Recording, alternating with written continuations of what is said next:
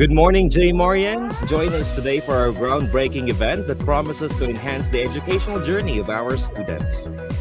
Welcome to our virtual parents orientation, and we are excited to invite all the parents, the teachers, and the guardians to our very first virtual general parents and teachers meeting, hosted on our official Facebook page. And in today's fast-paced world, fostering a strong bond between our parents and teachers is crucial for the holistic development of our students. This event aims to bridge the gap between home and school, promoting open communication, collaboration, and a shared commitment to our students' welfare.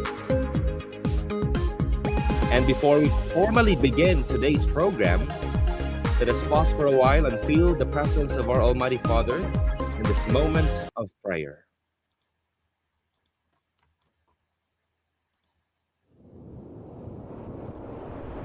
In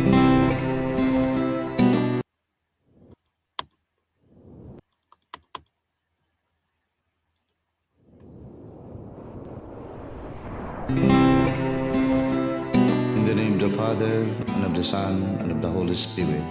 Amen.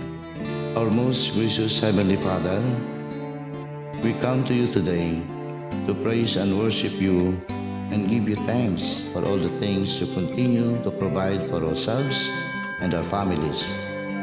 Father, we humbly ask for forgiveness for all the times you have offended you.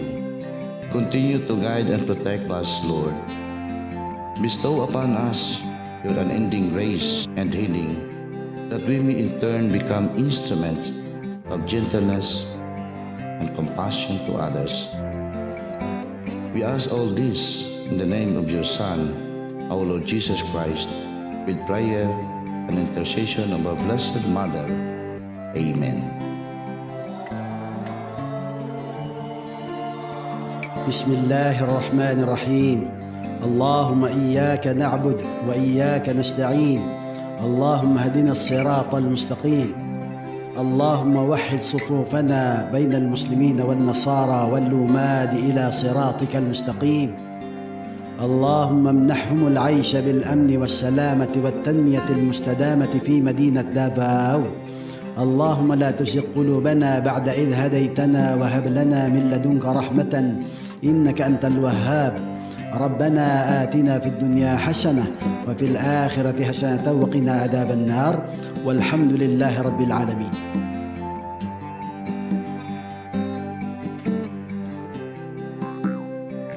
Amoy nen manama kami gimot tolangon, manotod kakaroson no. Si koikaw kami dokul tolangon, way migtumpi to tano.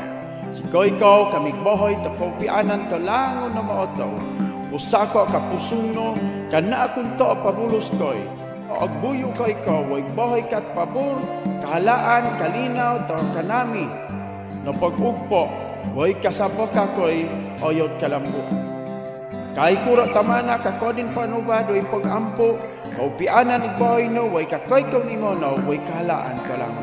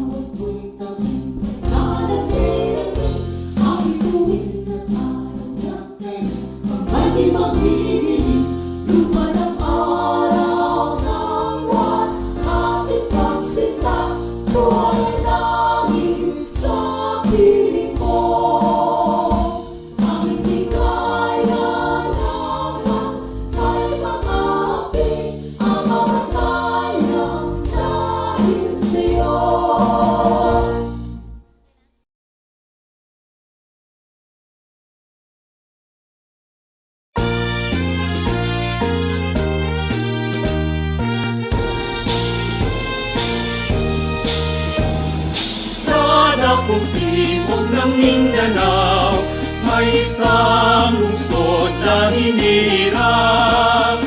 Ang likas niyang kayamanan ay walang kapantay.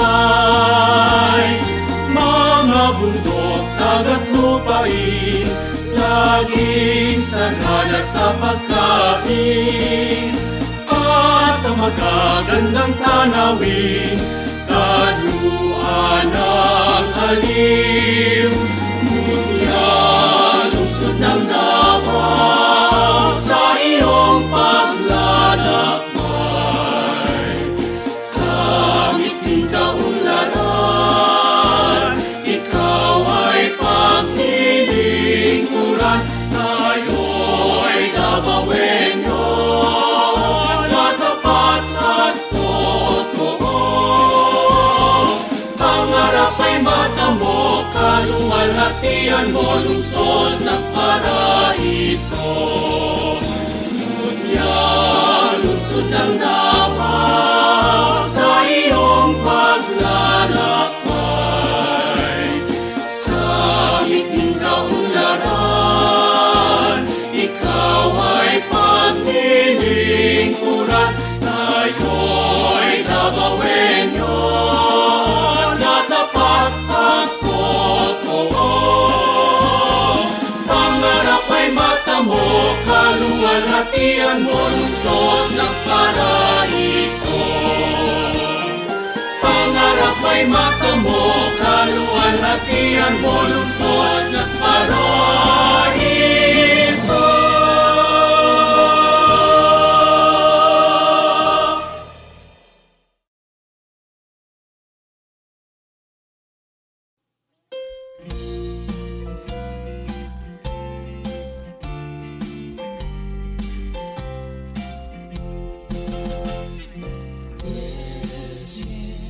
Jose Maria, hail to the great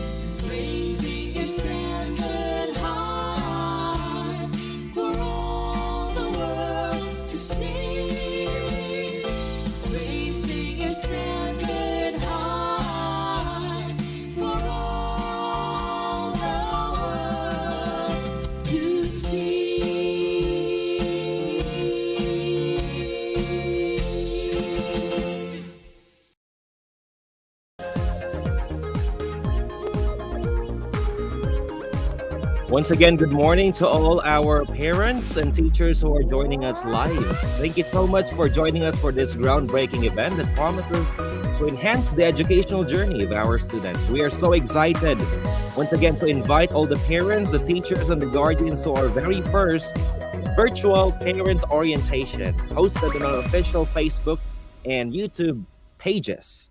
And in today's fast-paced world, fostering a strong bond between parents and teachers is crucial for the holistic development of our students. This event aims to bridge the gap between home and school, promoting open communication, collaboration, and a shared commitment to our students' welfare.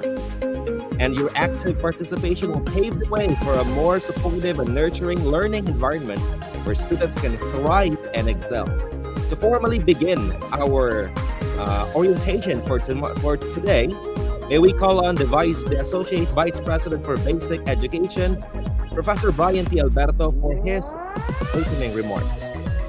Good morning, sir. Good morning, Sir Rafael. Maayong buntag sa mga parents natin, no? So, good morning and a warm welcome to the General Parent Orientation for the school year 2023-2024. It is truly a pleasure to welcome all the parents and guardians in our school community. As we embark on this new academic journey, we want to assure all the parents, the guardians, that your children are in good hands. At JMCFI, we understand the profound trust you place in us when you send your precious children to our doors. Rest assured that we take this responsibility to heart, and we are committed to providing them with the best possible education, guidance, and support. The success of this school year will be a collaborative effort, and we firmly believe that together we can achieve great things. The partnership between our dedicated teachers and our engaged and supportive parents and guardians is the cornerstone of our educational philosophy. It is through this partnership that we create a nurturing and empowering environment for our students. Our students too play a pivotal role in the success equation. Their persistence, curiosity, and eagerness to learn will be the driving force behind the achievements of this school year. We encourage them to embrace every opportunity for growth, both academically and personally. With the collaborative efforts of teachers and parents, coupled with the determination of our students, there is no doubt in my mind that the school year 2023-2024 will be a resounding success. We look forward to witnessing the growth, accomplishments, and milestones that each student will achieve. Thank you, parents, for entrusting us with your children's education. Together, we will make this school year memorable and impactful. Let's embark on this journey with enthusiasm, optimism, and a shared commitment to brighter future that lies ahead for each and every student at JMCFI. Daghang salamat ug maayong buntag. Thank you so much, Sir Bri, for the heartwarming message. Once again, welcome parents and teachers joining us live on our official Facebook and YouTube pages. Here are the things that we have to expect. First part, we'll be listening to insightful discussions on the importance of parent and teacher partnerships, the strategies for effective communication and cooperation, the highlights of upcoming school activities and initiatives, and the Q&A sessions to address your queries and suggestions. Again, your active participation, parents and guardians, will pave the way for a more supportive and nurturing learning environment where our students can thrive and excel. By attending, you'll gain valuable insights into your child's educational journey, connect with fellow parents, and engage with dedicated educators who share a common goal: the success and well-being of our students. Again, we are live, and we will be answering your queries. There will be a lot of time for that. So please do not hesitate to type in your comments in the comment section, and we will be answering them. Again, let's work hand in hand to create a brighter future for our students. We look forward to your active participation in this virtual parents orientation. Okay. So the next part of our program, we will be listening to our school's vision, mission, and goals. Let's watch this.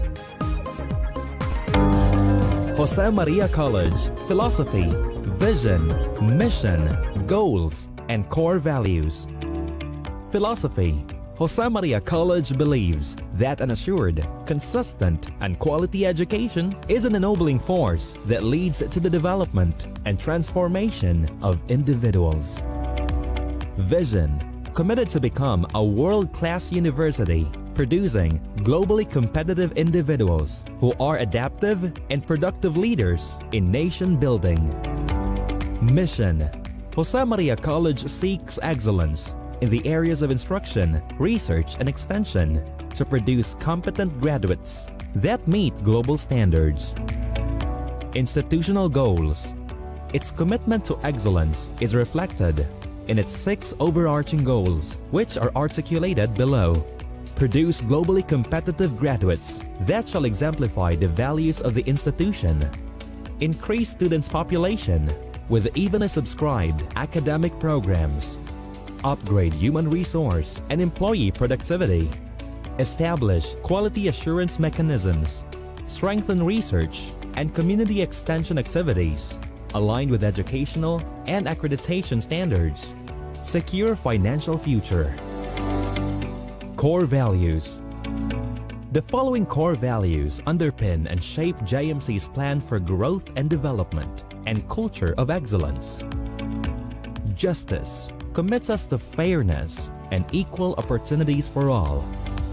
Order compels us to promote teamwork, unity, accuracy, and prudence in all our endeavors, and to provide a learning environment where orderliness, peace, security, harmony, love, and compassion thrive. Spirituality moves us to have faith in the divine providence and be God-fearing in order to live a righteous life. Empowerment reflects JMC's commitment to excellence in research, teaching, and public engagement, where everyone is valued and supported in achieving his or her full potential. Motivation leads to discovery of knowledge, creativity, innovation, and collaborative leadership that will effect positive change. Accountability makes us a value discipline and take responsibility for our own actions. Respect echoes our aspiration to provide a healthy community and environment and to treat others in a way that reflects JMC's qualities and values. Integrity compels us to uphold honesty in both academic and non-academic pursuits, to be ethical in all our actions. Action-oriented. Being action-oriented ricochets JMC's commitment to value efficiency and effectiveness by taking practical actions to accomplish tasks and to develop in students and employees a result-driven attitude that will inspire others to become self-motivated individuals. Jose Maria College, philosophy, vision, mission, goals, and core values.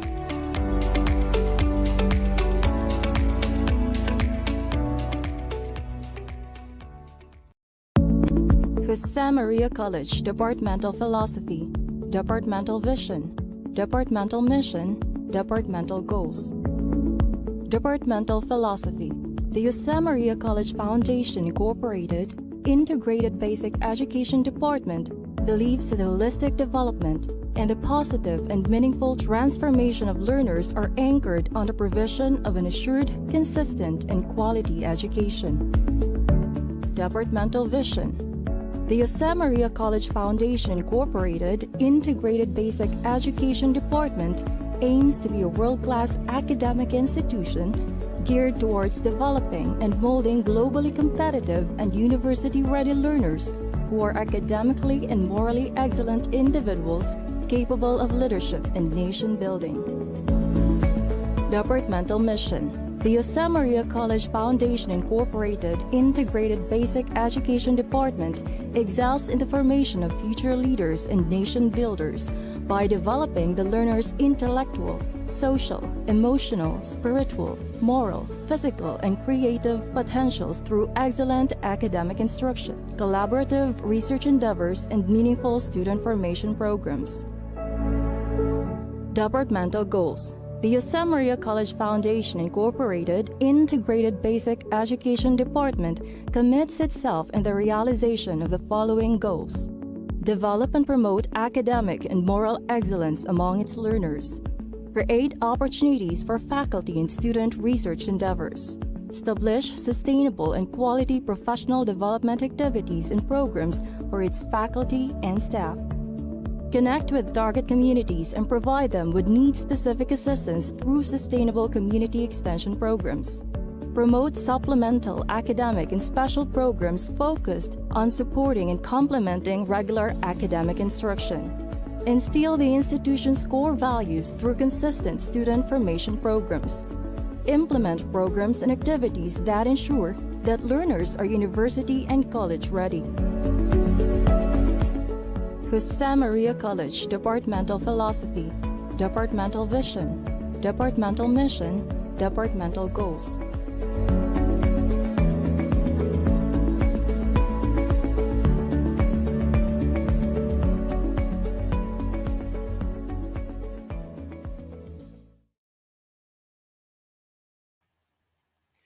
At this point in time, I will be discussing to you our school officials and I'll be introducing them to you. I'll be sharing my screen.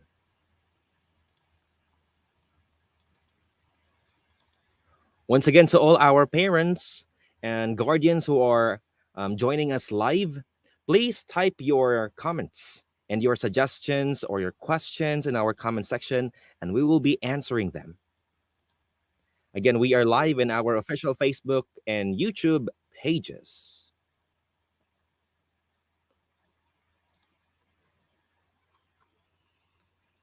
All right.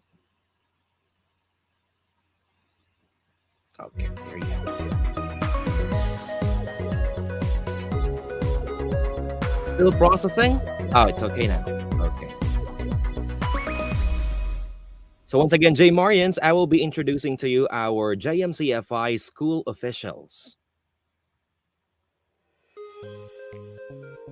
First of all, our founding president of this beloved institution, the Jose Maria College Foundation Incorporated, our founding president, Reverend Dr. Pastor Apollo C. Kibuloy, the heart and soul of this institution.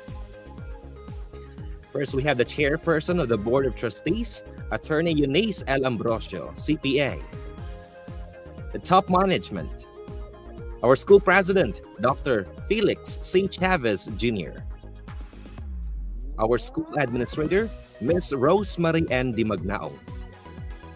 Our Vice President for Administration and Finance, Ms. Maria Norfeli L. Marimon, CPA.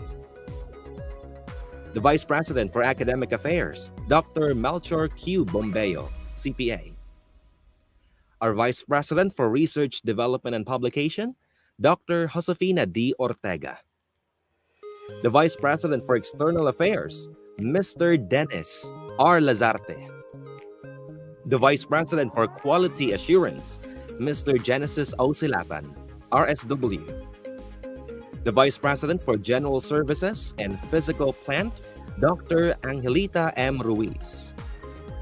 The Associate Vice President for Undergraduate Programs, Dr. Joan May S. Espinosa. The Associate Vice President for Integrated Basic Education, Mr. Brian T. Alberto, MAED. The Associate Vice President for Legal Education, Attorney Eunice L. Ambrosio, CPA. The Associate Vice President for Health Education, Dr. Raymond G. Lebongkugon. The Comptroller, Ms. Rain N. Bilaya, CPA. Middle Level Management, the Dean of the College of Law, Attorney Israelito P. Torion. The Associate Dean of the College of Law, Attorney Risi Angeli Rizada Nolasco. The Dean of the College of Medicine, Dr. Nestor S. Arce Jr.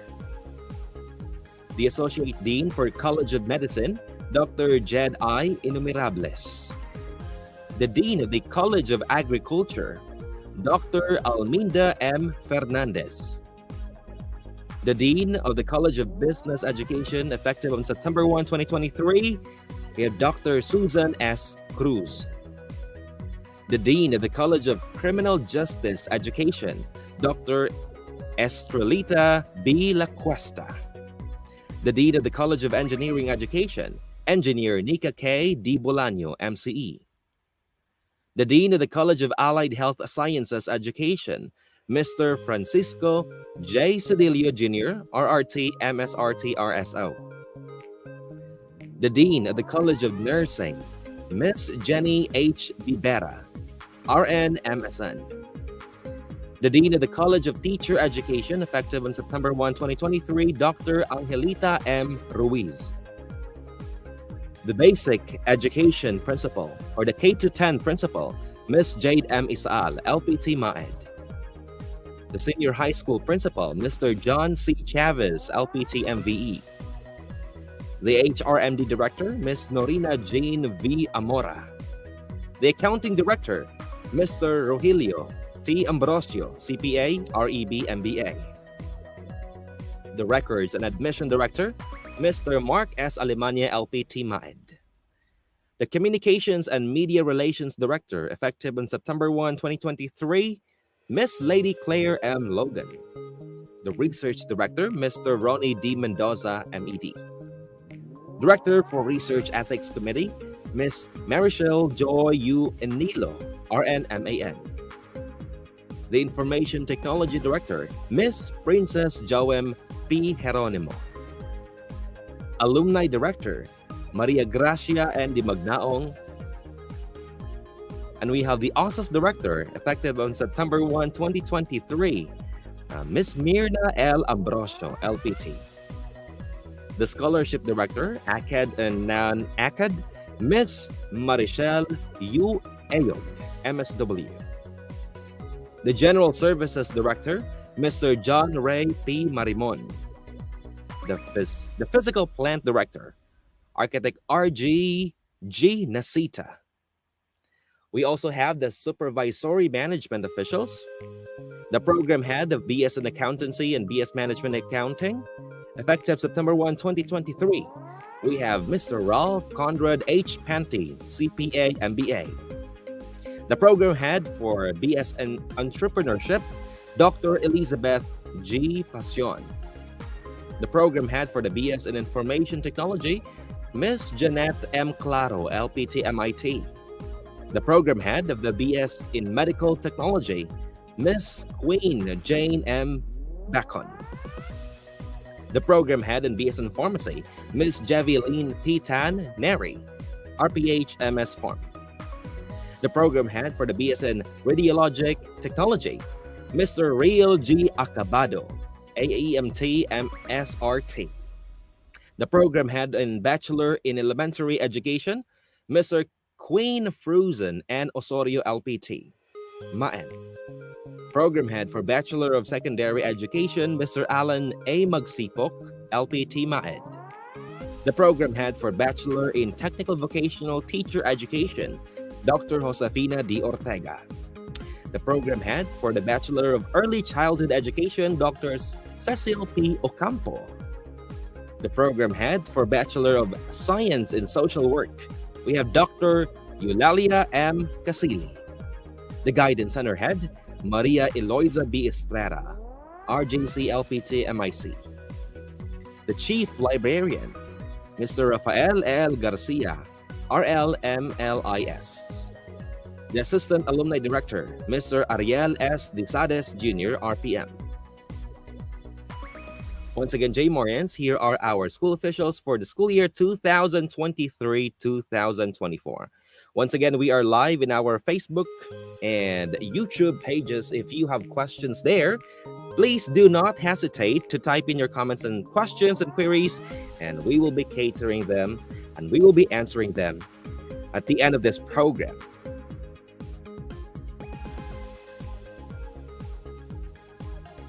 Okay, so first, we will be calling Mr. Mendoza Ron Nixon for the accounting to discuss the details for his presentation. Sir Ron, good morning. Good morning po. Good morning, Sir Ron. Good morning po. I have no camera, so to just present my voice. Okay. Do you have your slides with you, or I'll be the one to present it? Let I me send present my them. slides to your messenger, Sir Rafael. Okay, let me check. Okay, I receive it. All right. Once again, to all our JMorians and dedicated parents and teachers, again, we are live in our official Facebook pages and YouTube page as well. So please do not hesitate to send in your queries and suggestions or comments. And if you still have there, if you have questions, once again, please send them. Let me share let me share your screen. Okay, 1 second. There you have it.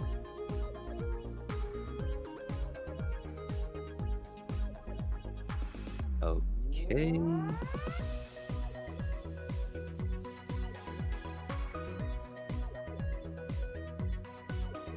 Again, in behalf of Miss Maria Norfeli Marimon, we have the accounting officer, Mr. Ron Nixon Mendoza. Okay, sir. Okay. Good morning, parents, teachers, faculty, and staff. Uh, let's go to the most exciting part for the day. Let me present, in behalf of our school officials, the finance section, the payments options. This is the finance section. Okay, next slide, please. Okay, this is our agenda for today's discussion. The finance section for tuition payment, promissory notes, credits and refunds, scholarship discounts, and student funds. So next slide, please. Next slide, please. Okay, this is our payment portal. For convenience, we have our website link. You can pay through online.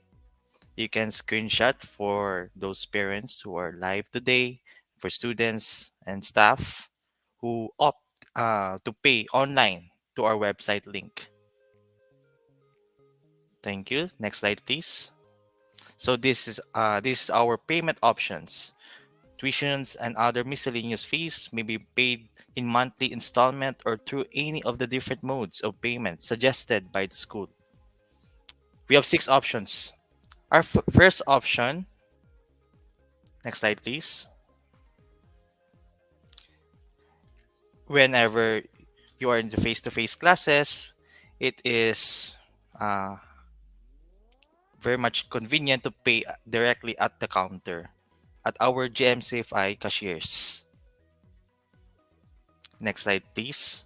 But whenever you're not in school, you're just at home, and this is highly suggested that you will pay to this means in option number 2 to Security Bank, to GCash, to Vive, to RCBC, to Maya, to Shopee Pay, to Robinsons Bank, to BDO Pay, to Palawan Pay. This means you can pay it to GCash to Security Bank without any transaction fees. And this is our QR code and then the ID number, the ID number. So for the live viewers, you can screenshot. For this is highly suggested to avoid hassle in the counters of the finance section or the cashiers in the convenience of our home. So you can pay to GCash again, to Vive, to RCBC, to Maya, to Shopee Pay, to Robinsons Bank, to BDO Pay, to Palawan Pay. Again, this is highly suggested because there is no transaction fee. Next slide, please. But through Maya, there is a transaction fee. It is the same payment payment process, but Maya has a transaction fee of 1.2%. For example, you have, let's say, 100 100,000, and then you have a 1.2% charge, 100,000 tuition fees, and then 1.2% charge. Likely you have to pay 1,200 pesos, and the burden bears upon the payer, not the financial institution which is Maya. So That's why it's highly suggested to pay to option number 2, to security bank. Can we go back to the slide for option number 2, Sir Rafael? To security bank, because in this option there is no transaction fee. To secure from GCash and all others below, to security bank, because again no transaction fee. But whenever you prefer, you can also avail the option of option number 3. Next slide, please, to option number 4. But when your home is near to our remittance centers, you can pay to this remittance centers, and then you can fill out the details. This is our payee and reference number. Screenshot for our live viewers.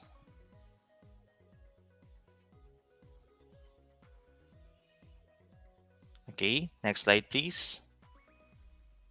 Option number 5. Whenever you are a security bank account holder, you can pay to this option.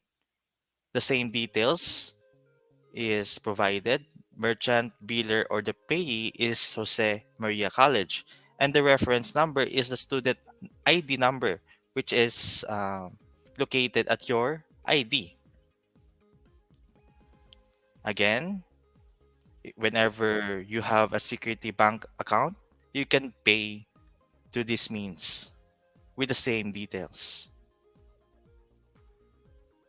Screenshot for our live viewers. Thank you po. Next slide, please. But for this means, option number 6, whenever you don't have any account, security bank account, or your house is near to a bank, to a security bank, you can pay directly at security bank and filling up a form there in security bank with the same details provided below. So this is our scheduled payment. Payment must be made on or before the scheduled exam dates for the parents, students who are live today. This is our scheduled examinations for this semester. So it's highly suggested to pay before, for example, for the prelim period, it's highly suggested to pay before September 23 to avoid hassle and inconvenience when paying, for example, in the cashier, to avoid very long queuing lines. So to avoid again hassle, it's much better to pay before the scheduled examination, because our policy, no examination permit, no permit, no examination. Again, screenshot for our live viewers. Thank you po. Next slide, please. So this is our promissory note policy. Whenever there are financial restraints, you can avail of this option. So I will read. During examination, students shall be required to present the examination permit to their teachers. Otherwise, he or she cannot take the examination. But in highly meritorious circumstances wherein the student is unable to secure the examination permit due to non-payment, the college will accept promissory notes from students subject to certain policies and guidelines. Letter A, a promissory note can be accepted, but in case the two promissory notes shall overlap, students are not allowed to issue balanced promissory note without settlement of the prior. For example, you have issued a promissory note in the prelims, and again, you did not pay that balance in the promissory note, and then you issued again a promissory note for the midterms. It is not allowed. You must settle first your balances in the prelims before you can issue another promissory note in the midterms. Two successive promissory notes are not allowed. So this is the explanation for letter A. And filling up the details of the promissory note to include the name of the student, course year, home address, contact number, and proposed schedule of payment. Next slide, please. So only current accounts are allowed for promissory notes. All the accounts should be paid before a promissory note is accepted. No promissory notes will be approved if there are still outstanding amounts due from the previous exam. So this supports our explanation in letter A. In, in letter E, a guarantee letter from the organization entity is considered different from a promissory note. A guarantee letter will only be valid if it came from affiliated institutions or entities. And the VP for Admin and Finance reserves the right to decline a promissory note from parent students who could not prove ability to pay. So it is only the vice president for Admin and Finance, not any other finance officers, who can approve or decline your promissory note. Again, he or she has the right to approve and decline such promissory note. So, promissory notes of more than 30,000 shall require approval of the VP for Admin and Finance. Next slide, please. So, this is our credits and refunds for those withdrawing students. So letter A, if the student withdraws his enrollment before classes have started, he should pay a service fee of 500 pesos. This has already been expired because our classes has already started in August 22. But if a student drops out within 1 week have started, today is already September 2. This is not anymore applicable. So, but 2 weeks after August 22, if you opt to withdraw from this institution, hopefully not, you must pay at least 50%, 2 weeks. But in 1 week after you have withdrawn from August 22, you must pay 25%. However, if you opt to withdraw 30 days after the start of the classes in August 22, you need to pay all of the total fees. The total fees of the student. That is in the next slide, please. Next slide, please. Letter D. If a student drops out after the 30 calendar days after classes have officially started, he or she is required to pay the entire amount of tuition and miscellaneous fees. So, refunded will be entertained only if the student presents to the finance office a duly accomplished dropping form and the receipt of payment. Okay, next slide, please. So, this is our discounts. So, if you have paid a full payment upon enrollment, you're given 10% discount on tuition fees only. And membership discount, since JMC is under the banner of the Kingdom of Jesus Christ, so all members, workers can avail of this discount. Siblings discount. So this is given to those more than one siblings who is enrolled in JMC. For example, you have siblings of 2, each of them can receive 10% discount.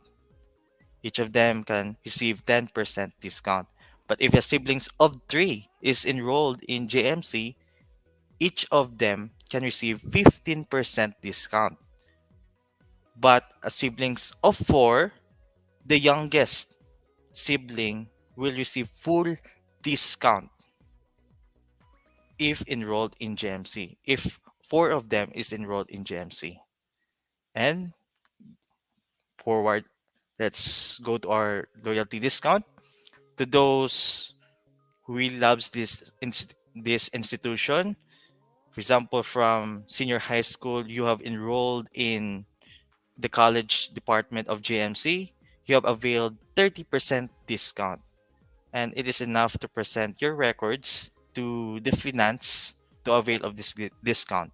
But whenever you have graduated in one of the courses in JMC and then you availed our graduate studies, College of Medicine and College of Law, you can avail 20% discount. So it is much better that you are very loyal to this institution. So you can avail of this discount. So next slide, please. So this is my last slide. So for your accounting transactions, feel free to contact our official email, and this is our official telephone number.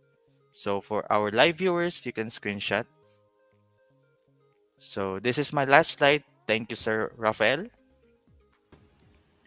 Thank you so much, Sir Ron, for the accounting. Thank you so much. Next, may we call on the OSOS director, Miss Mirna Ambrosio. Good morning, Ma'am Mirna. Good morning, Raf. Good morning. I'll be sharing your screen, po. Thank you. Okay, good morning, everyone. Good morning, parents and stakeholders of this institution. It is my pleasure to be of service to you today. I am Mirna Ambrosio of the Office of Student Affairs. I'm here to present to you the vision, mission, and goals of the Office of Student Affairs and Services. What are we and what do we do? Okay, next slide, please. Yeah. So the main function of the Student Affairs and Services Office is to serve as a supportive hub for your child's well-being and development during their time at school. Just like you, as parents, nurture and care for your child, this office takes on a similar role within the school environment. We are dedicated to ensuring your child's success by providing academic support, fostering their emotional and mental health, promoting a diverse and inclusive atmosphere, maintaining a safe environment, and overseeing healthy dining options, and also offering accessible medical care. Additionally, we encourage your child's personal growth, ongoing refinement of our policies to adhere to the changing needs of the times, collaboration, and a sense of social responsibility is also one of our main goals. In essence, this office acts as an extension of parental care, helping your child thrive and flourish throughout their educational journey while in school. So, our vision statement, okay, contained in the next slide. Our vision statement is to foster a thriving academic community where every student is empowered to excel, supported holistically, and inspired to reach their full potential. The mission statement of the Office of Student Affairs and Services, contained in the next slide. We are dedicated to promoting a safe, inclusive, and enriching environment that support the holistic development of our students.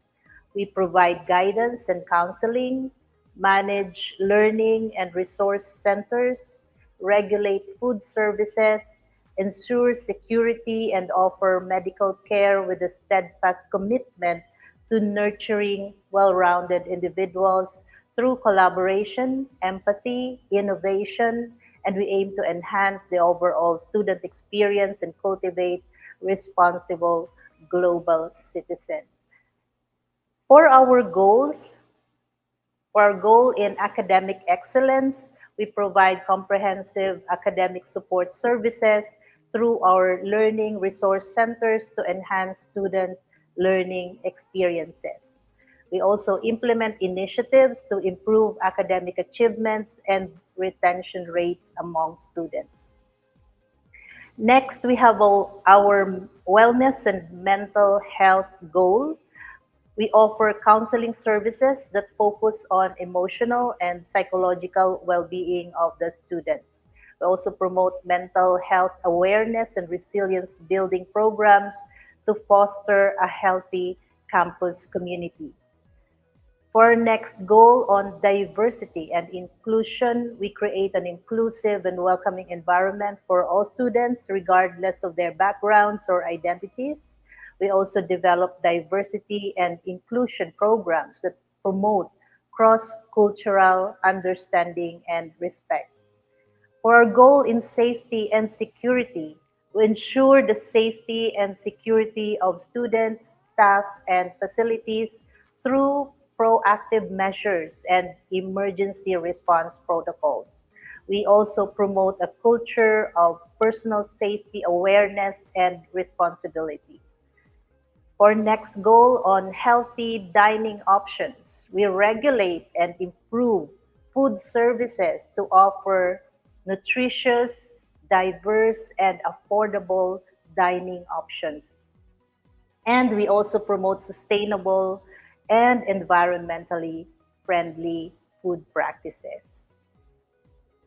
For our next goal on medical care and wellness, we provide accessible and quality medical care services to students, including preventative health measures and health education. We also collaborate with local healthcare providers to ensure comprehensive healthcare support. And for our next goal on student engagement and leadership, we encourage student involvement in extracurricular activities, clubs, and leadership opportunities. We also foster a sense of belonging and community through social and cultural events.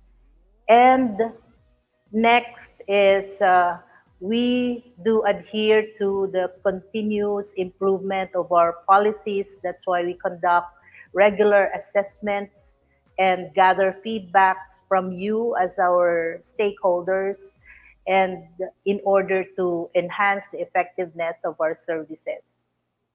We also embrace innovation and adapt to the evolving student needs and trends in education and wellness. Also, uh, for our goal in collaboration and partnerships, we collaborate with faculty, staff, and external organizations to provide holistic support to students and also establish partnerships that expand resources and opportunities for students. We also have our goal in our community outreach and impact. We extend our support and expertise to the broader community to make a positive impact beyond campus boundaries and engage in service projects and initiatives that promote social responsibility among students. So thank you very much for your time today. I will look forward to your continued support as we go on our continued journey together. Good morning, parents and stakeholders. Thank you very much. Thank you so much, Ma'am Mirna, for the insightful discussion. Thank you so much. Next to discuss, may we call on our prefect of discipline, Miss Lorena Alberto. Good morning, Ma'am. Yeah. Good morning, J. Marian.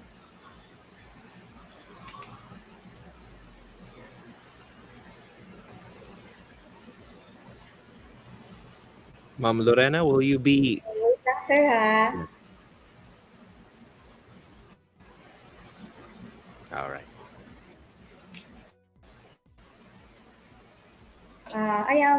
Nakikita na ba yung slides ko, sir?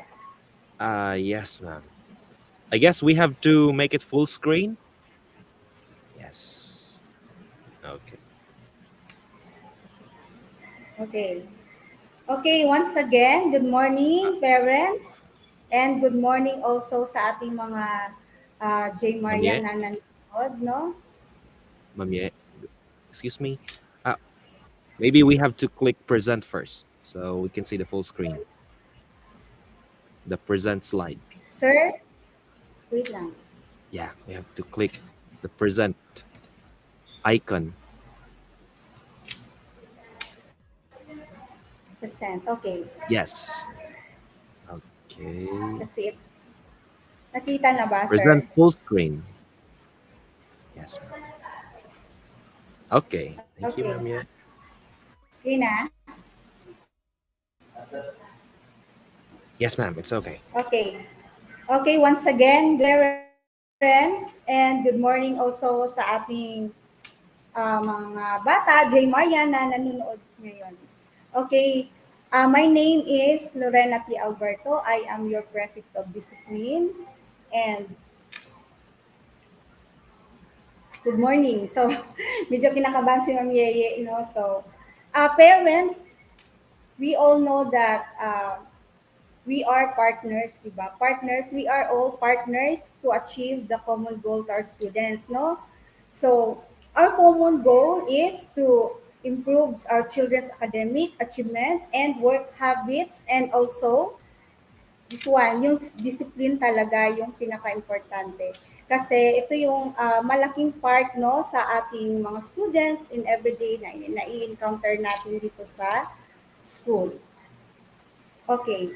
The work of a prefect of discipline or student discipline officer is to take the lead in conducting the investigation of complaints from students, parents, teachers, and the public, to review the school discipline policy and school rules, and to enforce the rules of the school, and to curb the activities of those who have not been able to discipline themselves. Okay, OSA's mission, vision, and goals and objectives. Since Ma'am Mirna said well ago na yung OSAS, we are under OSAS, the POD, the library, the guidance office, okay? Okay, let me read you the vision: to be the best auxiliary office in the area of the student discipline to a globally competitive higher educational institution, to cultivate the student's sense of responsibility and self-discipline in order to promote, attain, and preserve orderliness and harmony within the school community, to uphold the integrity and purpose of the school through the fair and consistent implementation of the school rules and regulations and procedures founded on the universal principle or due process of law, to provide adequate and appropriate means of instilling discipline among students as part of their holistic growth and development. Okay, goals: to regulate students' behavior while going through the process of defining the essence of appropriate behavior. Create a harmonious and orderly society by helping students take responsibility for their own behavior or action, and to carry out or adopt a plan of action for discipline to operate effectively for all members of the school, community, and society. Objectives: to engage and assist students in understanding appropriate behaviors, to implement rules and regulations stated in the student handbook, to keep disciplinary records of students and other records pertaining to student behavior, to respond appropriately to cases endorsed by teachers or any person in authority in the school, to collaborate with other offices in school in designing proactive measures to improve student behavior, and to conduct conferences with identified students together with their parents if necessary to preempt possible behavior concern. Okay. Parents, bakit ko pala highlight ito, no? Because we need your help, no, to really implement this. So, we kasi as partners, no, like what I said a while ago, you parent and we hear from the school in JMCFI, we give direction, we impose rules, we discipline, we set limits, and follow through with consequences, hold our children accountable for their behavior, and teach them good values. Kasi sa bahay talaga mag-umpisa yan, and then dito sa school, kino-continue lang namin kasi we are the second family of your children, no? So you entrust your children to us. So kailangan we parent and the school are partners talaga. So we help our students to remind this one important thing that as a J. Marian, they are pledged to respect the founding president. As long as they are enrolled in this institution, it's really about to respect the founding president. Kasi bakit tayo magpapa-enroll sa school or i-enroll natin ang anak natin kung hindi tayo naman magre-respeto talaga sa founding president. And it's not limit also to our students lang, no? Sa employees din, sa amin lahat. Sa amin lahat dito sa school. We are really bound to respect the founding president. And we really need your help to implement this. Kasi, yun na nga sabi ko, while ago, na yung bakit tayo magpapa-enroll dito or bakit natin i-entrust yung mga anak natin dito kung hindi naman natin tuturuan how to respect the founding president and also sa buong school, mga school authorities. Okay? Next, general school policies. Okay, we have two entry, okay? The man's gate, no? Beside the 7-Eleven and the Kingdom. Make it sure, parents, na yung mga bata ay meron talaga silang ID kasi we have this no school ID, no entry policy, okay? But this time, since hindi pa na-distribute yung ating, hindi pa completely na-distribute yung ating IDs, meron tayong temporary ID. I'm sure na send na ng inyong ng advisor na inyong mga bata yan. So we have to secure the temporary ID muna bago yung kuan. So habang hindi pa na distribute yung mga IDs natin. Okay? So we have this no ID, no entry. Okay, sa dress code, since yung mga students natin, they don't have their complete uniform pa. Yung iba, hindi pa dumating yung in-order na uniform. So, kailangan we will really observe sa ating dress code policy since ang ibang students natin is naka-civilian pa. So, meron naman tayong mga pictures dyan beside the gate, no, sa Kingdom and dyan sa may 7-Eleven. So, ito yung mga bawal talaga. Please, parents, help our students to remind them also. Okay? Itong mga crop top, this one. So, bawal talaga yon. So, itong mga off-shoulder and also mini-skirts, lalong-lalo yung mga sleeveless, okay? And also tattered jeans. So, hindi talaga allowed ang ating student to wear that kind of outfit. And also this one, yung may mga fitted na skirt, may mga slits. And also jeggings or leggings are not allowed also. If hindi talaga maiwasan na mag-leggings or mag-jeggings, please let them wear yung mga long blouses, okay? And then tattered jeans, also shorts are not allowed. And cross-dressing is not allowed, okay? And also slippers, kung hindi talaga maiwasan kasi lalong-lalo na ngayon, maulan, no? Maulan, maputik. So pwede naman silang mag-chinelas. But pagdating sa gate, papalitan lang natin ng, magdadala na lang sila ng sapatos. So mag-change sila ng sapatos upon entry sa loob ng school. Okay, ito, prescribed haircut for our male students, it should be 2x3. Okay, and our haircut inspection is scheduled every first week of the month. Okay, next week, starting on Monday, magsisimula na ako mag-inspect ng haircut sa ating mga male students. And also this one, hair color, loud colors are not allowed sa ating mga students, okay?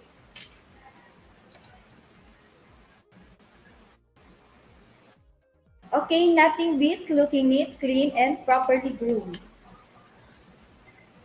Okay, ito, parents please remind our students, our children, na bringing sharp and deadly weapons is not allowed.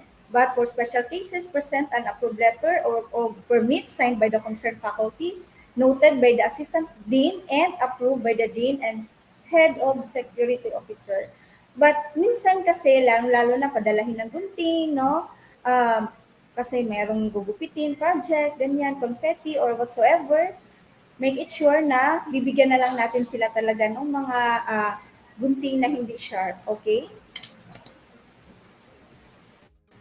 And then, ito, please, let's also be aware sa ating mga students, especially yung mga may mga binata na siguro let's monitoring talaga. Monitoring sa bahay and also dito sa amin sa school.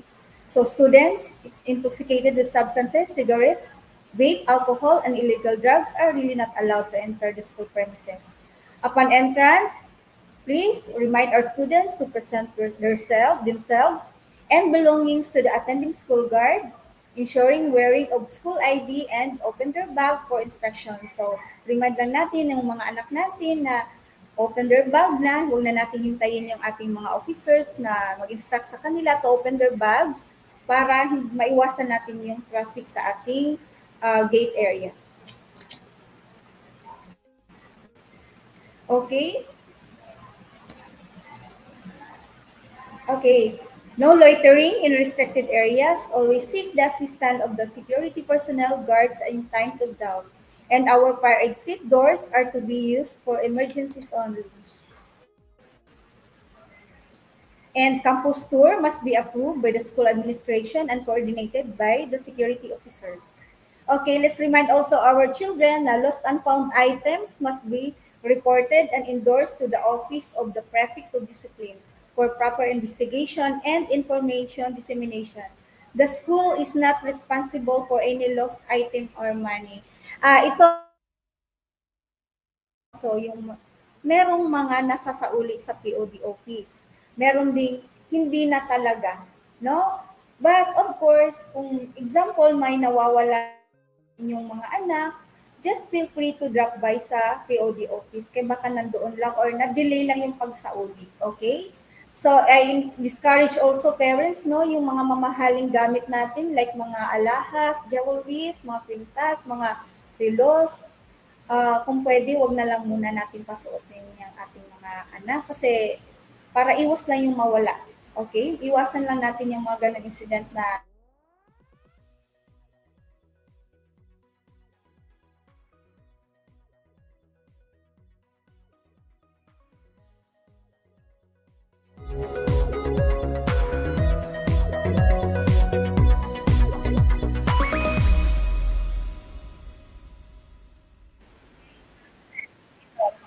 parents, please take note, remember, if kung yung anak nyo is absent today, tomorrow, babalik siya sa school, please make it sure na meron siyang dalang excuse letter signed ninyo, parent, no?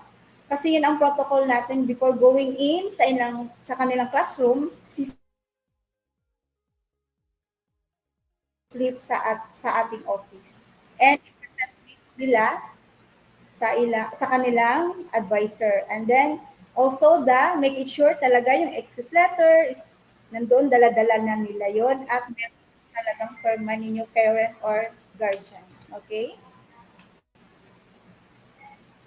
So ito, we have some mga offense dito, no? Yung public display of affection is a major offense, no? Example, quarreling is example ito ng minor offense, no ID. Example, our students has no ID and then meron na siyang ID, no? So kailangan first offense, no reminder, but we really have this policy na no ID, no entry talaga. So parents, let's also help our student na maging responsible, no? Sa gabi pa lang, i-prepare na talaga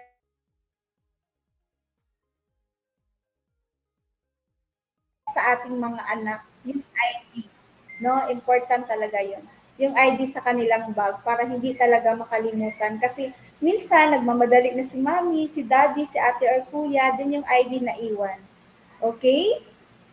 Ito saying bad words. So, ito, mga example ito ng minor offense and itong bullying. Depende kung paano niya binuli ang kanilang kapwa estudyante. And of course, example, parents, if our children committed this offense, minor offense, no, our teachers, no, will really, really notify you, okay?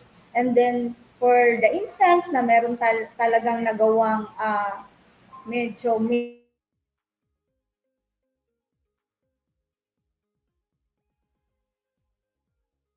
sorry. And from the POD office, we will send a letter for a conference, okay?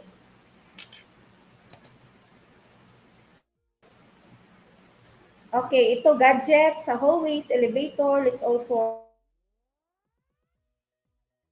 gadgets once na nagsimula na yung klase nila, we have this protocol or we have these rules na i-surrender talaga ang kanilang gadgets sa kanilang we assigned two students na magko-collect sa kanilang gadgets, one for the boys and one for the girls. And yung gadgets nila, i-deposit yan sa POD office. Okay? And ibabalik din yan pag uwian. It's really policy namin yan para hindi ma-distract yung ating estudyante ay hindi so surrender na kanilang gadget, and once na makita ito ng teacher or any school authority or the POD, principal, automatic i-confiscate yung ating gadget, no? Gadget ng ating anak, no? So, yung gadget, ma-confiscate yan, 7 days, mariretain yan sa POD office, and after that 7 days, kukunin niya ng parent, no? Yung parent talaga ang kukuha, hindi pwede yung bata. Kasi, kumbaga, ginawa na namin yung orientation, meron tayong mga bata na hindi talaga minsan sumusunod, and then we really need your help, no, parents, para maging maayos, no, ang ating maging obedient, no, sa mga even simple rules ng ating mga bata, because that's also our way to discipline them, to na yung mga bata talaga natin is magiging maayos, no? We do our part, and also we ask your help also parents, kasi para kung isa yung orientation natin sa kanila, I'm sure na yung mga bata natin isusunod talaga, and maiiwasan talaga natin yung mga posibleng maging problema. Okay?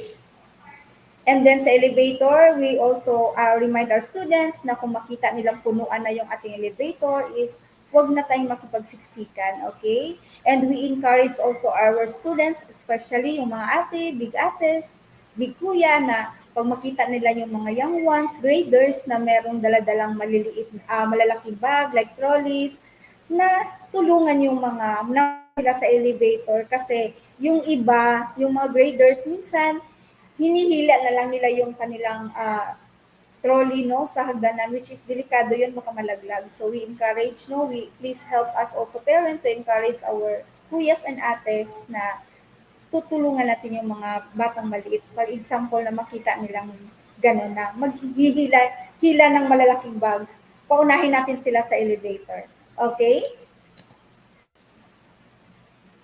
And also, no, lost and found items, we encourage our student, our children na maging honest, kahit piso man yan, or kahit kunting bagay, no, as siguro nakita niyo na yun sa JMC page, no, nire-recognize na namin, no, is also our one way of promotion, our to inspire our students na gumawa talaga sila ng magandang magiging example, no, may makita sila kahit any amount or kahit ballpen, yun, no, turuan natin yung ating mga bata na ng ganong kaliit na, kahit maliit lang yun, pero magkakaroon ito ng malaking impact sa ating mga anak. Okay? And lost, like example, Aquaplas and cellphone, yun. Yung mga commonly na nawawala sa ating mga bata. Pero yun na nga, sabi ko, hindi lahat ng nawawala, no? But of course, we really, keep on reminding our students na maging honest talaga sila, na to return things na makikita nila na hindi kanila na isusurrender talaga nila. Okay? Okay, no? Ito, restroom. So, minsan nakakita tayo ng mga vandals, no? Ginagawa ng ating mga estudyante yung wall ng ating CR na expression, no? Kumbaga, wall of expression. Doon nagbabandal sila, may mga sinasabi. So, Parents, okay, we need your help also to remind our students, our children na vandalism is really not allowed in the school, okay?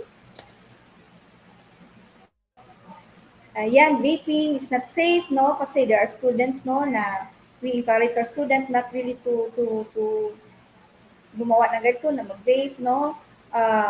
Kasi masyado pa rin silang, kumbaga, bata pa, no, na hindi nila alam. So we really need your guidance, no? We really need your help, parents, kami rin dito sa school, guidance natin sa ating mga anak, no? So ano lang talaga yan, kasi yung mga anak natin, lalo na millennials nowadays, no, maraming curious, maraming makikiuso. So ang key natin dyan, ano talaga, no, ano talaga, reminders lang talaga, no? Reminder kahit ulit-ulitin araw-araw hanggang I'm sure naman, we are really sure na maintindihan ng ating mga anak yan na not all things na nakikita nila sa social media gagayahin nila, okay? Okay, ito Playgo, no? Sa canteen, clean as you go as we observe, no? May mga students na nag-iiwan talaga ng kanilang mga basura, no? And we have also parents na nandyan sa ating canteen. So, nanawagan ako, no? Parents, please help us. No, kung makita niyo, oh, kids, ha, bawal magtapon ng basura. Okay? Please, we really need your help. No, we are all gatekeepers here, no? Hindi lang kami. And we are thankful na may mga parents diyan na nagstay dyan sa canteen. So please, parents, no, help natin yung ating mga bata to reminder lang naman talaga ang kulang dyan. I know our students, our children are mababait naman sila. Minsan nakakalimutan lang talaga nila. Okay? Okay, I think, no, not yet. Ito pala ha, main concern, no, bago ko makalimutan, itong ating tardiness late. Kasi parents, no, ini-interview natin yung ating mga bata, no. Like for example, kasi si mommy or si daddy matagal, we have really, we are strictly imposed talaga this, yung tardy talaga natin, no, once, okay, reminders, twice, may patawag na talaga, no, ang bata sa ating advisors, sa mga teachers nila, no, and also yung ma-notify kayo, no, mga parents, we all know na we are all busy, okay? Naintindihan natin yan, but of course, no, tayo, we are also responsible to discipline our students, no? Magsimula talaga sa atin yan. Kasi kung kami naman dito, ay strict kami sa late, kung sa bahay naman natin, kasi laging nalilate si mami, no, we all know talaga, ako, parent din ako, no, kami dito sa school, maraming parent dito sa atin. So, kaya wala talaga tayong magagawa dyan, no, we have this 7:50 a.m., no, 7:50 and beyond is considered late na talaga. No, please take note that parents, 7:50 a.m. is late na talaga. Okay, and 8:30 and beyond, students are really not allowed to enter the campus. Manual in our student handbook talaga. So, parents, no, reminders lang, pwedeng sa'yo, aga-agahan natin, no? Aga-agahan natin kasi yung mga bata minsan, pag na-interview dito, iiyak, no? Yun, si mami kasi si daddy matagal ligo. Oh, alam ko, guilty din ako niyan. Okay, so parents, no, 7:50 a.m. is considered late na. 8:30 and beyond, no,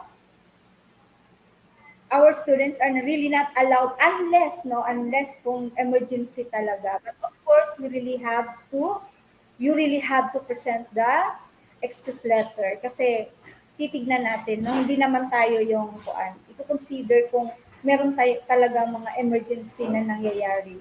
And also sa panghapon, kasi we have yung panghapon sa ating senior high, 12 sila yata. 12:30 also and beyond is considered as na hindi na talaga sila pwedeng papasukin. Anyway, kung example na malate talaga ang inyong mga anak and then na-drop na talaga, no?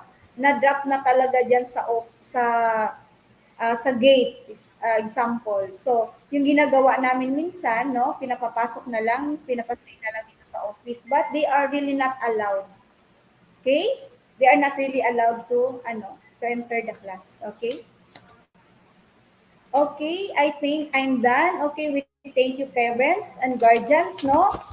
For entrusting your dear children's education to us here at JMCFI. Okay, together we help each other to make our children the best version of themselves, and let our children, let them do the we will do our best, no, we that we can to help them guide, shape, and prepare for their future. Again, welcome to success for the school year 2023-2024. I am your prefect of discipline, Lorena P. Alberto. And for your queries, you can visit at room 303, third floor, or you can email me at lorena.alberto@jmc.edu.ph. Okay, thank you, parents. Thank you, and God bless us all. Thank you so much, Ma'am Mie, for that uh, insightful discussion. Thank you so much. Once again, we have Ma'am Lorena Alberto, our prefect of discipline. Next, may we call on the guidance center representative. May we call on Sir Floyd Mapias. Sir, good morning. Ay, hello. Hello, good morning. Good morning, Sir Raf. Yun. Permission to share my screen. Okay, sir.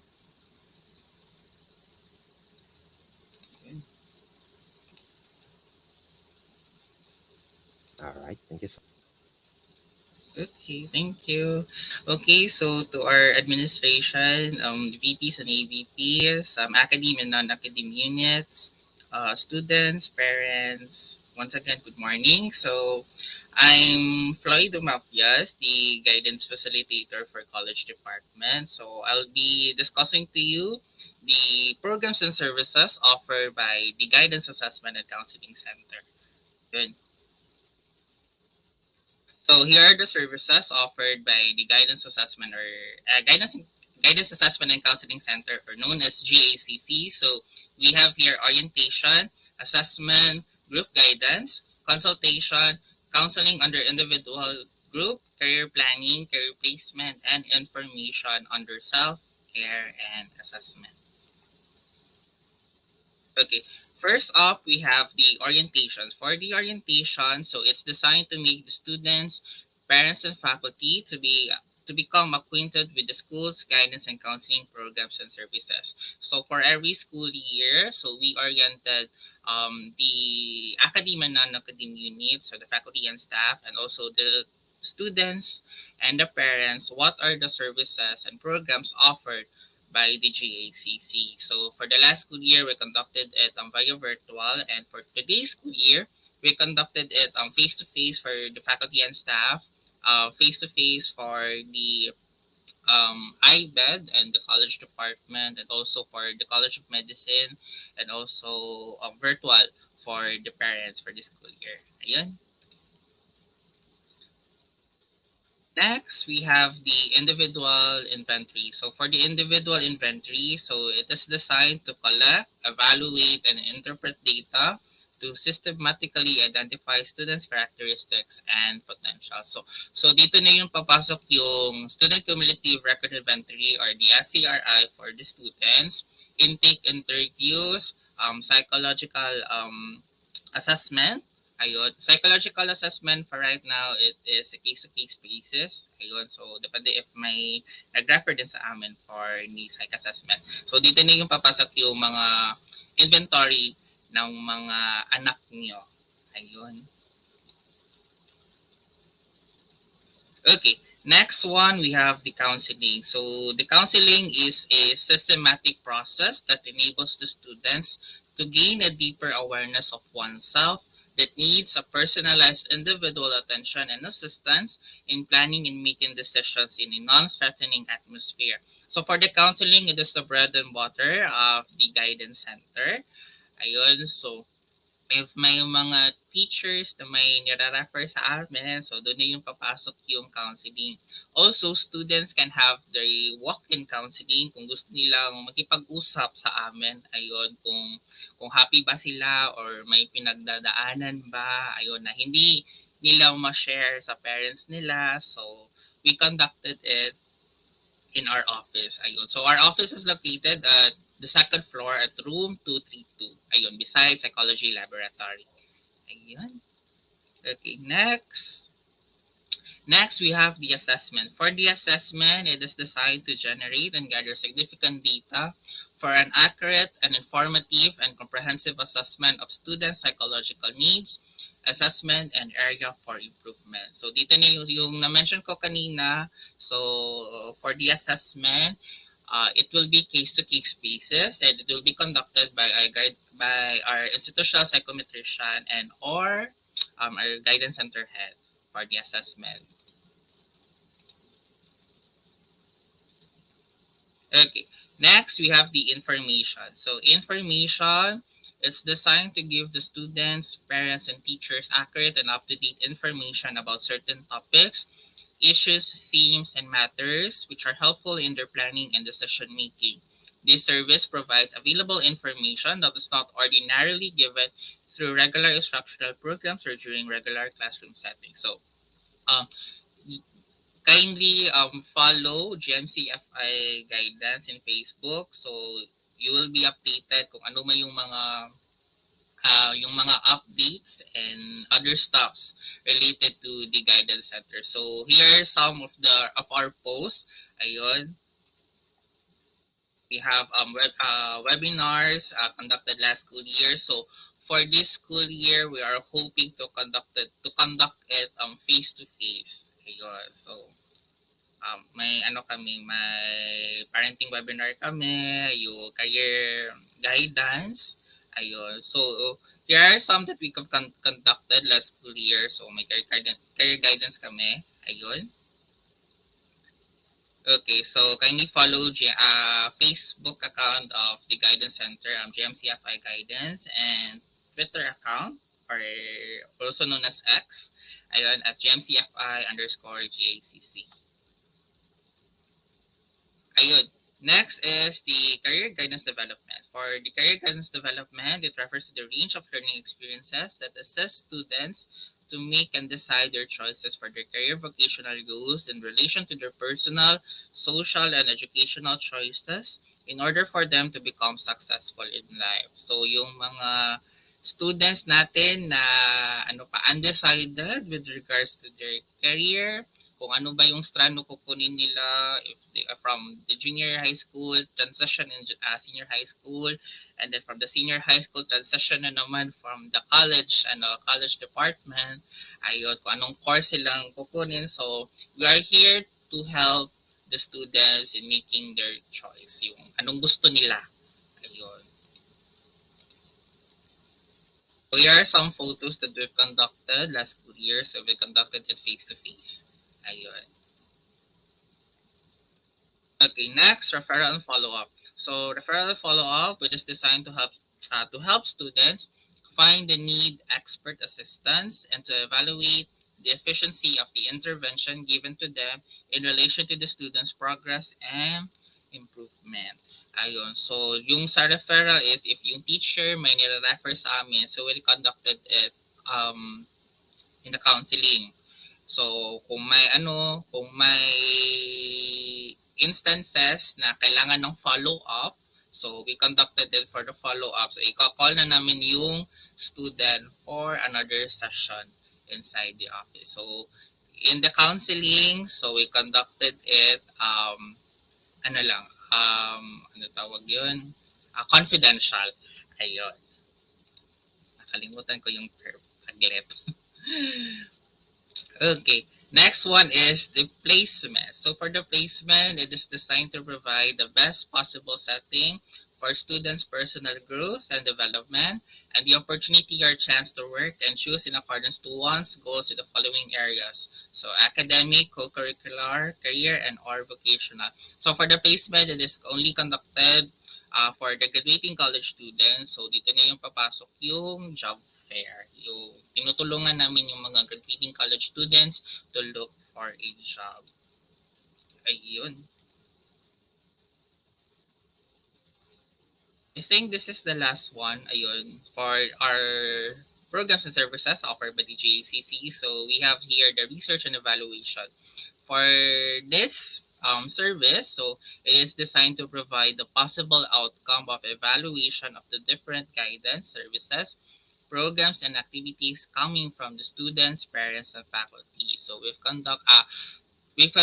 conducted evaluation after we have conducted such activities inside the school, or either virtual or face to face. And then for the research, if may kailangan talaga for the research, especially with our guidance services, doon na yung papasok. Yun. Okay, so let's meet the team for in the Guidance Assessment and Counseling Center. First up, our Guidance Center Head, Ms. Maria Eloisa B. Estrella, RGC LPT MIC. Yours truly, I'm John Floyd P. Duvapias, the Guidance Facilitator for College Department. The Guidance Facilitator for Senior High School, Ms. Novi M. Constantino. The Guidance Facilitator for Preschool and Grade School, Ms. Jocelyn S. De La Preda, LPT. But for the meantime, she will be the OIC Guidance Facilitator for Junior High School. And then lastly, our Institutional Psychometrician, Mr. Jonathan B. Ferrer, RPM. Ayun. So if you have concerns and other guidance matters, you may contact us through the following. So Facebook, JMCFI Guidance, X at JMCFI_GACC. You may email us at guidance@gmc.edu.ph, and then you may call us at 0946-660-8838. Ayun, that's it. So that's our programs and services offered by the Guidance Assessment and Counseling Center. So welcome to success. I hope that the students will enjoy the school year 2023-2024, and also for the parents, we will here to guide your anak, ayun, your sons and daughters, to guide them, to shape them, and yun. So that's it. So thank you so much, and may the Almighty Father bless you always. Ayun. Thank you so much, Sir Floyd. Once again, we have posted the link for the guidance orientation evaluation. Please click the link. Thank you so much, Sir Floyd. Thank you, Sir Raf. Next, to discuss, may we call on our Chief Librarian, Sir Rafael L. Garcia. Good morning, Sir Rafael. Hello, good morning, Sir Rafael, and good morning to our dear parents and to our children. Okay, I am your current Chief Librarian, and I'm going to discuss to all of you the Learning Resource Center, or what we simply called the library. Okay, the LRC mission and vision. The Josemaria College Learning Resource Center, JMC LRC, envisions as a leading academic support organization in the Philippines and worldwide, providing excellent quality information, resources, facilities, and services for lifelong learning, supportive to the total human development and the well-being of society and the environment that can compete for changing and modernization globally. So we prepare our young JMarians to compete for the changing environment and to compete for the changing and modernization globally. Next is the mission. The JMC LRC supports the institutional goals and objectives on instruction, research, and community extension through bibliographic and physical organization, circulation and reservation, reference and information services, media and information literacy, and preservation of library resources, and for online research to develop the 21st century learners to become professional, responsible, and God-fearing citizen. So here in JMCFI, we prepare our young JMarians to become professional, not only educational equipped, but also to become a God-fearing citizen. Okay, I will introduce now the librarians. Yours truly, I am Rafael L. Garcia. I'm a registered librarian, and I'm your current chief librarian. Next is Miss Ansi Humamil. She's also a registered librarian, and she is the assistant librarian. She's currently handling the law library. Okay, I will introduce now our library staff. Miss Myla V. Yulo. Your children know her. She's the IBED High School Library Assistant. Mr. John Paul Bailon, he's handling the medicine library. And Miss Jeneline Dadal, I know kilala rin po siya ng ating mga young J. Marians. She's handling the IBED Elementary Library. Okay, the location, the IBED Library, the elementary library is located on the second floor, room 213. And the junior high school, senior high school library is located on the third floor, room 313. The schedule of the library from Monday to Friday from 8 a.m. to 5 p.m. Okay, the library borrowing services, the non-fiction books, this is good for 3 days, and the fiction books is good for 7 days. The non-fiction books, ito yung mga books na ginagamit ng ating mga students, for example, like science book, mathematics books, social studies books, so that is good for 3 days. Okay, they can borrow the non-fiction books for 3 days. For the fiction books, is good for 7 days. Fiction books, ito po yung mga storytelling books like Harry Potter and other storytelling books. Okay? There will be a corresponding fines if the students exceed after the due dates. 5 pesos per day, Saturday, Sunday, and holidays are not included.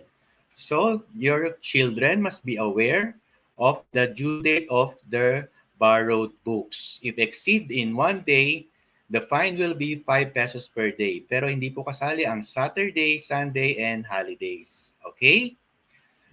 Next, if the books became in demand, became a textbook by the teachers and limited copies, the books will be used inside the library only or can be borrowed for 1 hour only.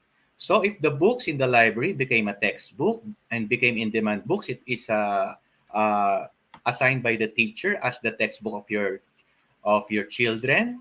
It will become for library use only or can be borrowed for 1 hour only, especially if the book is in limited copies. Okay.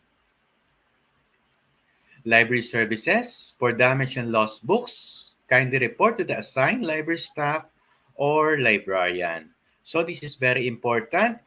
Remind your children that if they saw a book with damage or may punit po, they should inform the assigned library assistant or librarian. So because kung sino po yung huling gumamit na libro, yun po yung ating tatanungin. So dapat aware ang mga students kung may sira o punit yung libro at inform nila yung librarian para maklear po sila.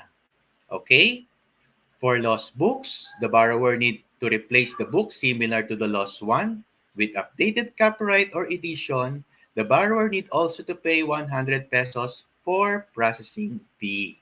So this is very important, dear parents and guardians. If your children borrowed books and they lost it, the lost book must be replaced with the same title with updated copyright and updated edition, and they need also to pay 100 pesos processing fee. So I will remind our dear parents and young J. Marians, please take care of the borrowed books because it will be stressful part sa ating mga parents because kailangan po nilang palitan ng mas bago at need to pay a 100 pesos processing fee. So I repeat again, please take care of your borrowed books. Okay? Library services, there are computers in the library with internet connections. Kindly fill up the form before using the computers. So in the library, we will saw there a computer station, more than 10 computers. It is provided with internet connection. Before your children use the computers, they need to log in the form, or they need to fill up the form before using the computers. The computers are first come, first serve basis, okay? Next, the computers will be used for research, projects, and study purpose only. So the computers, nilagay po doon, na ibutang po sa library in order for your children to use it for study, research, and projects only. Playing games and opening of forbidden sites is not allowed. Especially opening of and searching for forbidden sites are subject for disciplinary actions. Okay? Library services, collection inside the library only. This is only used inside the library. So, hindi po ito pwedeng ilabas. So, iuwi. Journals, magazine, and periodicals. References such as encyclopedias, dictionaries, almanacs, yearbooks, and atlas. So, hindi po ito pwedeng iuwi at hindi ito pwedeng ilabas. Okay? This is only good inside, will be used inside the library only. Okay? Okay, I will, sorry for the some errors. I will, this is the library online services. The core ILS link is library.jmc.edu.ph and Odilo Digital Library. The link is online/library at jmc.edu.ph. I will discuss one by one each online services. Okay, we have the online e-resources, the COA Integrated Library Solutions.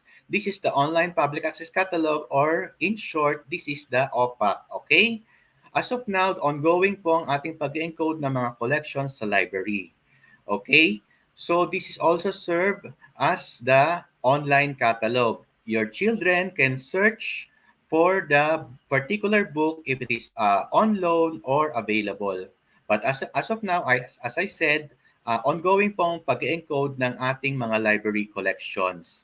And as of now, kung mapapansin po ng mga students, nag-fill up pa rin po sila ng mga borrower's card and book cards. But unti-unti na po nating eliminate, or we will alisin na po natin unti-unti ang paggamit ng book cards and borrower's cards, and i-computerize na po natin. And sooner, fully computerized na po ang ating borrowing and returning of books. Okay?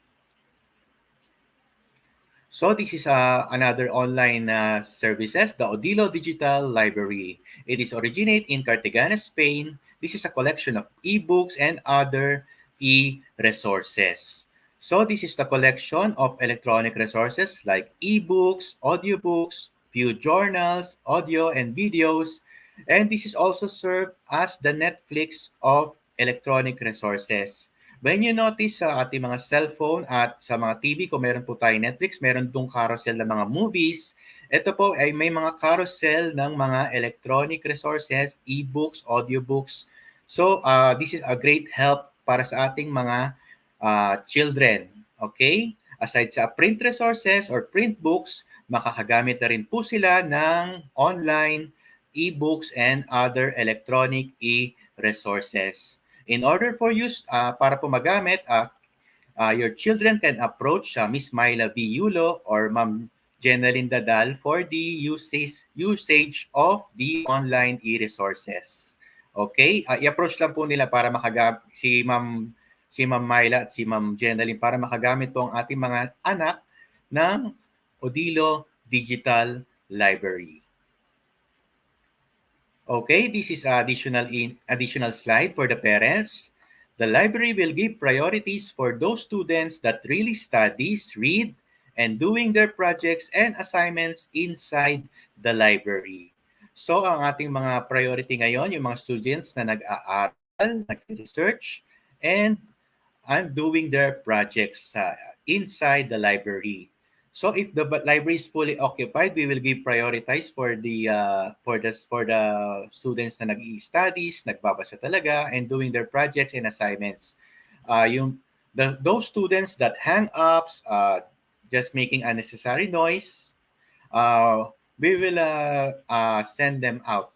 Pero bibigyan natin ng priorities yung talaga mga nag-aaral if the library is fully occupied. Okay? Next, the students need to follow the rules and regulations inside the library and to the assigned library assistant and librarians. So this is very important when your children enter the library. They need to follow the rules and regulations. They need not make unnecessary noise, not make unnecessary gestures.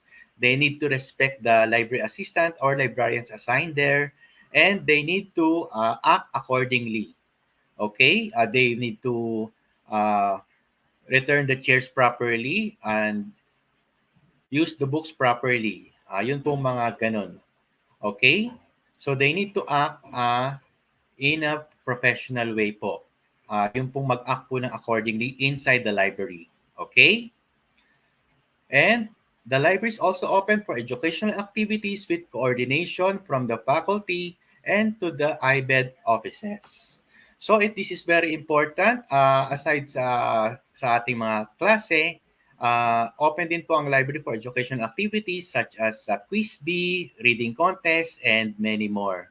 So with coordination po sa faculty and sa IBED offices, this will help the progress of our children in the school. Okay? So the children, the participation of your children is highly important. Okay? So, library service for any questions and clarifications, kindly email the following: lrc@jmc.edu.ph or rafael.garcia@jmc.edu.ph. Okay? Thank you very much, dear young J Marians and parents and guardians. And welcome to school year 2023-2024. Back to you, Sir Rafael.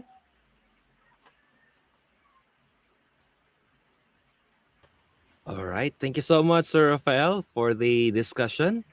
Once again, our Chief Librarian, Sir Rafael Garcia. Thank you so much, sir. Okay. Next to discuss, may we call on? Okay. 1 second. May we call on our Security and Safety Officer? Okay. Once again, may we call on Sir Richard Pellerin? Good morning, sir. Our Security and Safety Officer, Sir Richard Pellerin. Hello, sir. Hello, everyone. Good morning. Good morning, sir. Okay. All right. So once again, everyone, good morning. My name is Richard Pellerin, and I am the Safety and Security Officer in our institution. Okay. So once again, good morning and welcome to our teachers and parents orientation, and we hope so that you understand some of our safety and security policy that you need to know. Okay, so thank you so much for having me here also, okay, to share the safety and security policy.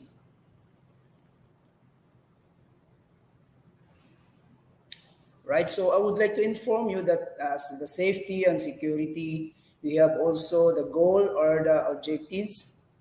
And then what is those objectives? We have to be able to clearly demonstrate that every JMCFI safety and security policy and procedure are being followed and implemented all throughout the institution. So meaning there is no exemption on this. Okay. Next slide, please.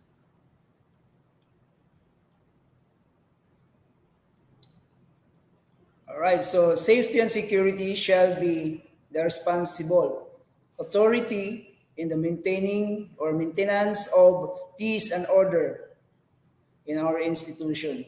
So the maintaining a safe and secure environment. So our main duty is to ensure the safety and security of the institution, of our students, employees, parents, and visitors. So this involves patrolling the premises, monitoring surveillance cameras, and promptly addressing any potential security threats. We will be responsible also for managing access points such as the entrances and the exits, granting authorization to individuals, and verifying identification when necessary. So we are the responsible for asking your ID when you are entering the premises of this institution. So we have the authority on that. So also para madali ang proseso, so i-show din po natin yung ating mga IDs kung ano man ang kailangan ng ating mga securities. Okay? And then this help prevent authorized or unauthorized access and ensure only authorized personnel enter the premises. And also we emergency response in the event of an emergency. So we will be responsible for taking appropriate action, including alerting emergency services, coordinating evacuations if necessary. So may mga emergency na need talaga natin mag-evacuate, no? Okay? And then accurate and timely reporting of any security incidents or suspicious activities is crucial. This helps maintain a record for future references and assist in improving security measures. So that's the reason bakit meron tayong ganito. Okay, customer services also we provide. A security officer often serves as the first point of contact for visitors and employees and our students and parents, providing also excellent customer service by assisting with the directions, answering questions, and addressing concern contributes to a positive and secure environment. So when we are arriving or kung makarating tayo sa ating institution entrance or entrances, so doon pa lang po makaka-feel na po tayo ng ating services, no, through security personnel. So we are just not trained as emergency or any threat provider, but also we are trained for the customer service provider. Okay? All right, so we have also the entrance checking baggage or yung ating mga bag. So kailangan natin siyang i-check, no? Mayroon tayong mga security personnel na mag-check sa ating mga bag. Okay, so willing natin na ibuksan at ipakita sa ating mga security personnel. Okay, so no ID, no entry. So hindi lang to sa mga student pinapa-implement, kundi pati rin sa ating mga visitors and also the parents. So kailangan natin ng valid ID. So hindi pwedeng ipakita din yung mga matatagal na nag-expire na mga ID. Kailangan yung mga valid IDs like government issued ID.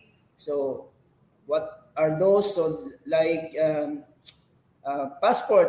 So pwede po yan, driver's license, yung ating mga SSS, ating ano pang mga government issued ID. Basta valid po siya. Okay?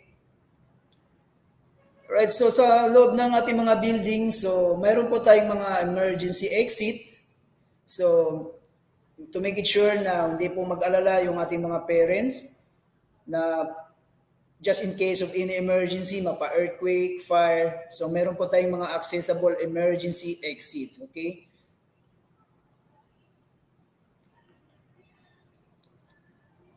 All right. So we have also, aside from emergency exit, we have the main staircase for emergency procedure na mapabilis yung ating emergency evacuation. So we have also the hallways, we have our staircase na napakalapad. So hindi po, wag po tayong mag-alala na baka maging mag-stampede ang mga bata during emergency. No. Hindi po yan mangyari dahil po yung ating mga alleyways or ating mga staircase ay malalapad po siya. Design po to para during emergency napakabilis lang po natin makapag-evacuate sa building. In case of fire, mayroon pa tayong mga nakakalat na mga fire extinguisher. So We have personnel and faculty and non-teaching personnel also will train how to use this fire extinguisher. Okay, so during emergency, meron pa tayong fire exit route or evacuation or emergency exit route. So, napakadali po nating ma-locate kung saan po yung ating mga emergency exit. Okay, through this emergency floor plan or fire exit route. Okay, so isa sa ating mga fire equipment, yung ating mga fire hose cabinet, ano po ang meron dyan? Definitely, ang ating mga fire hose at yung ating mga fire extinguisher. Katabi na rin po dyan yung ating mga fire manual call point, so yung emergency alarm system natin, so dito na rin po natin makikita. Okay? Alright, so signages. May mga area po tayo na restricted po. So hindi po lahat ay mapuntahan so far. So respect lang po natin if ever na nandito tayo sa perimeter or the premises ng school. I-respect lang din natin yung ating mga signages like this one on your screen. So makikita natin. So pagka lumagpas po tayo dyan sa ating mga precautionary signages, baka matawag natin ang atensyon ng ating mga security personnel. Okay, so para maiwasan, respeto na rin po natin yung ating mga signages. Okay, so may mga emergency drills din po tayo, no? So, ano ba ang purpose ng emergency drill sa ating eskwelahan? So para maging familiar ang lahat, so just in case na real scenario ang mangyayari, at least alam na natin ang ating gagawin, hindi na tayo magpanik, hindi na tayo matataranta kung ano ang gagawin, dahil po sa ating mga drills, natutunan natin kung ano ang mga dapat gawin during any emergency like fire, earthquake, just in case yung ating gun assault or yung active shooting or yung intruders and yung bomb threat. So bibihira man lang ito nangyari sa Pilipinas. So mostly yung ating earthquake and the fire. So meron tayong drill during this school year or every year. So we have our 2 times drill on this fire and earthquake drill. Okay, so we have, as I said, we have our well-trained personnel, how to combat fire, anong gagawin nila during fire, kung ano ang unang steps, and then so on and so forth. Okay? We have also well-trained our first aider, and of course, how to carry injured personnel or students during emergency. Alright, so far, ito lang po muna ang mai-share natin sa safety and security. I hope that naunawaan po ng lahat. Maraming salamat po muli. Ako po si Richard Pellerin, ang Safety and Security Head sa ating institution. Maraming salamat po. Sir Rafael, back to you. Thank you so much, Sir Richard, for the discussion. Once again, our Safety and Security Officer, Mr. Richard Pellerin. Thank you so much, sir. Next, may we call on our Transportation Services Head. May we call on Sir John Ray Marimon. Good morning, sir. Good morning, Sir Rafael. I am audible? Am I audible? Yes, sir. Yes. Thank yes, sir. you. We can hear you. So once again, good morning to our parents, teachers, faculty, and staff. Next slide, please.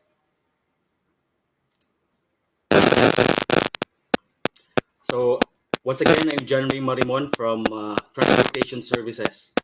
So the general services, we have three departments or three departments: the transportation services, the safety and security, and the physical plant. So the transportation services, we are responsible for the overall planning and management of the vehicle routes, scheduling, and vehicle maintenance, and of course acquisition. We are in charge also of scheduling and assigning service vehicles with approved travel orders. Next slide, please. So let's proceed to our traffic and parking rules. The Jose Maria College Foundation and Incorporated grounds are private property, giving the school the right to take action against violators of the traffic and parking regulations. The school adopted regulations pertaining to campus parking and traffic system in order to provide safety to campus community, including the facilities, and to minimize congestion during peak hours. So to attain these goals, uh, uh, can you go back to that slide, Suraf? So to attain these goals, it is required for all it's required for all students or parents, faculty, and staff to become familiar with the traffic and parking regulations and abide them at all times. So the regulations are applicable to all students, faculty, and staff, and including parents. Next slide, please.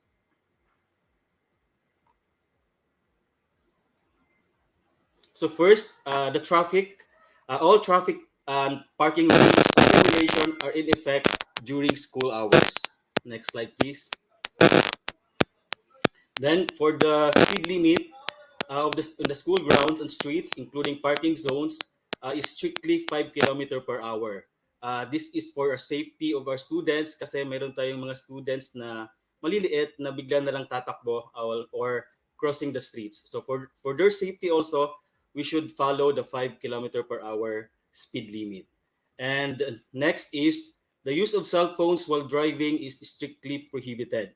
This is also for our safety and the safety of our students. Next slide, please.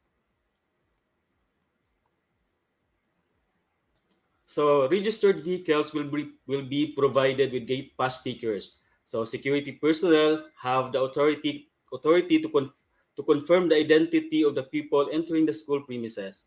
Without the gate pass stickers, entry of the vehicle will be denied. So yung stickers natin, makukuha po natin sa my admission. We can buy it also from the cashier. It is available po at this moment. Next po.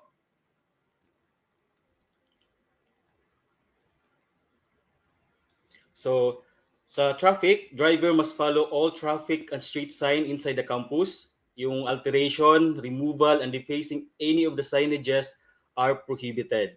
So driving, road and pedestrian courtesy must be observed at all times. Threatening and verbal abuse of students, fellow drivers, parents, traffic guards, or any member of the school community is considered violation of JMCFI traffic rules and regulations. So hindi po talaga pwede mag-away sa road, especially yung mga road rages, especially inside the campus. Next slide, please. So sa loading and unloading po natin, mga students, may specified po tayo na area in which ipapakita po namin later. So doon lang po natin pwede tayong mag-unload ng ating mga students at mag-load ng ating mga students. Drop off and drop area sa ating mga students. Next slide, please. So sa parking po natin, parking is allowed only at designated areas. It is strictly prohibited to park in main roads, driveways, sidewalks, pathwalks, and loading zones. So dito po, makikita po natin yung mga parking areas natin. Yung first is the container van area. Kung papasok po tayo dito sa compound, galing po tayo sa main gate, makikita po natin sa right side yung mga nakahilerang sasakyan, yun po yung parking area natin. Tapos next po is the convenience store, yung pababa going to that yung area sa may convenience store. On the right side po, kung paakyat tayo, yan po yung parking space po natin. At sa baba naman po, sa may dormitel area is parking area din po yun. Next slide, please. So sa may cathedral area, both sides po, we can park to that area po. Yung mga parking area natin is priority po natin yung mga students. So yung mga parents po natin, as they are encouraged po to drop off lang yung mga students. So ang isa pa nating parking zone is yung back of the David's Coffee Shop, yung may nakalagay na tarpaulin doon sa likod. That's the area po na pwede tayong mag-park. Next slide, please. So makikita po natin, ito po yung illustration natin ng parking area natin. Obvious naman po kanina doon sa pictures, mas makikita po natin doon yung area ng pwede nating pagparkingan. Next slide, please. So sa parking po natin, yung overnight parking is strictly prohibited po. So parking is limited up to 12 midnight only in case of emergency or other will function. Kindly coordinate po sa ating security for assistance. So yung another reminder po natin is yung mga sasakyan natin must be facing the kingdom. Always on hindi po nakatalikod sa kingdom para easy po yung paglabas natin. Iwas disgrasya din po. So car must be parked properly and should not occupy 2 parking slots.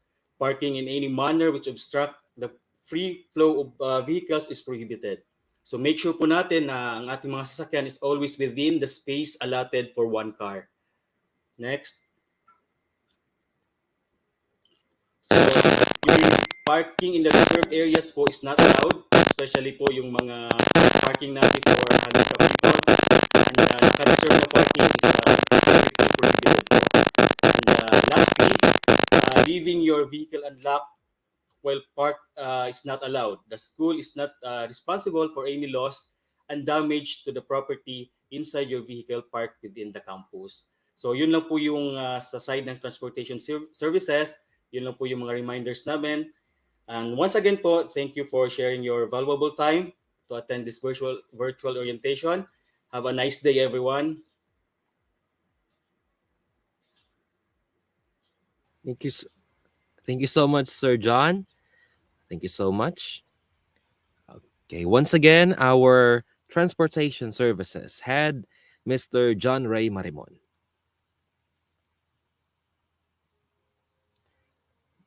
Okay, 1 second. Okay, we're back. At this point in time, may we call on our Records and Admission Director, Professor Mark S. Alemania. Good morning, Sir Mark.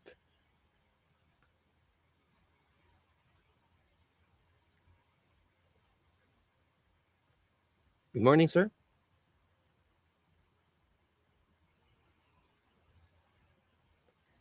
Yeah, we cannot hear you, sir. Maybe you... your mic is muted po.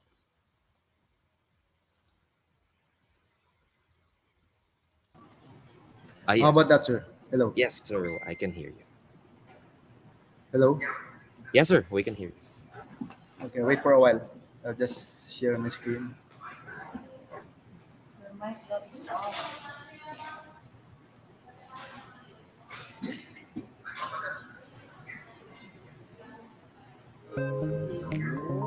Yes, hello.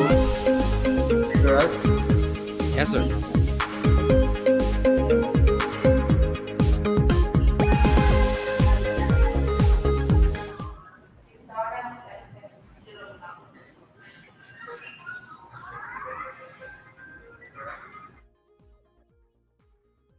Hello. Diniligis ako. Hello. Yes, sir. Sir Mark, we can hear you. Yes, sir. Hello, good morning, sir. Marinig ka, sir? Yes, sir. Yes, sir. Okay. So, good morning, everyone, especially to our dear stakeholders, parents, and guardians. So, this time, I will already office. Okay.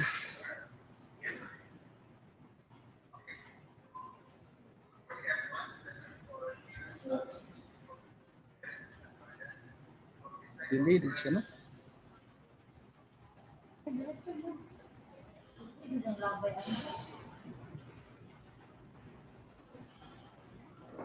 The records and mission. By the way, I am Mr. Mark S. Alemania, the school registrar of Jose Maria College Foundation Incorporated. So the records and admission office is responsible for the admission, enrollment records, management, and graduation of the students in JMCFI. It formulates, improves, and implements policies, procedures in the students' admission, enrollment that are efficient and student client friendly. and it ensures and maintains confidentiality on the student's records. So vision and mission of the Registrar's Office. Vision. The Records and Mission Office aspires to be a professional, excellent department known for our student-centered atmosphere.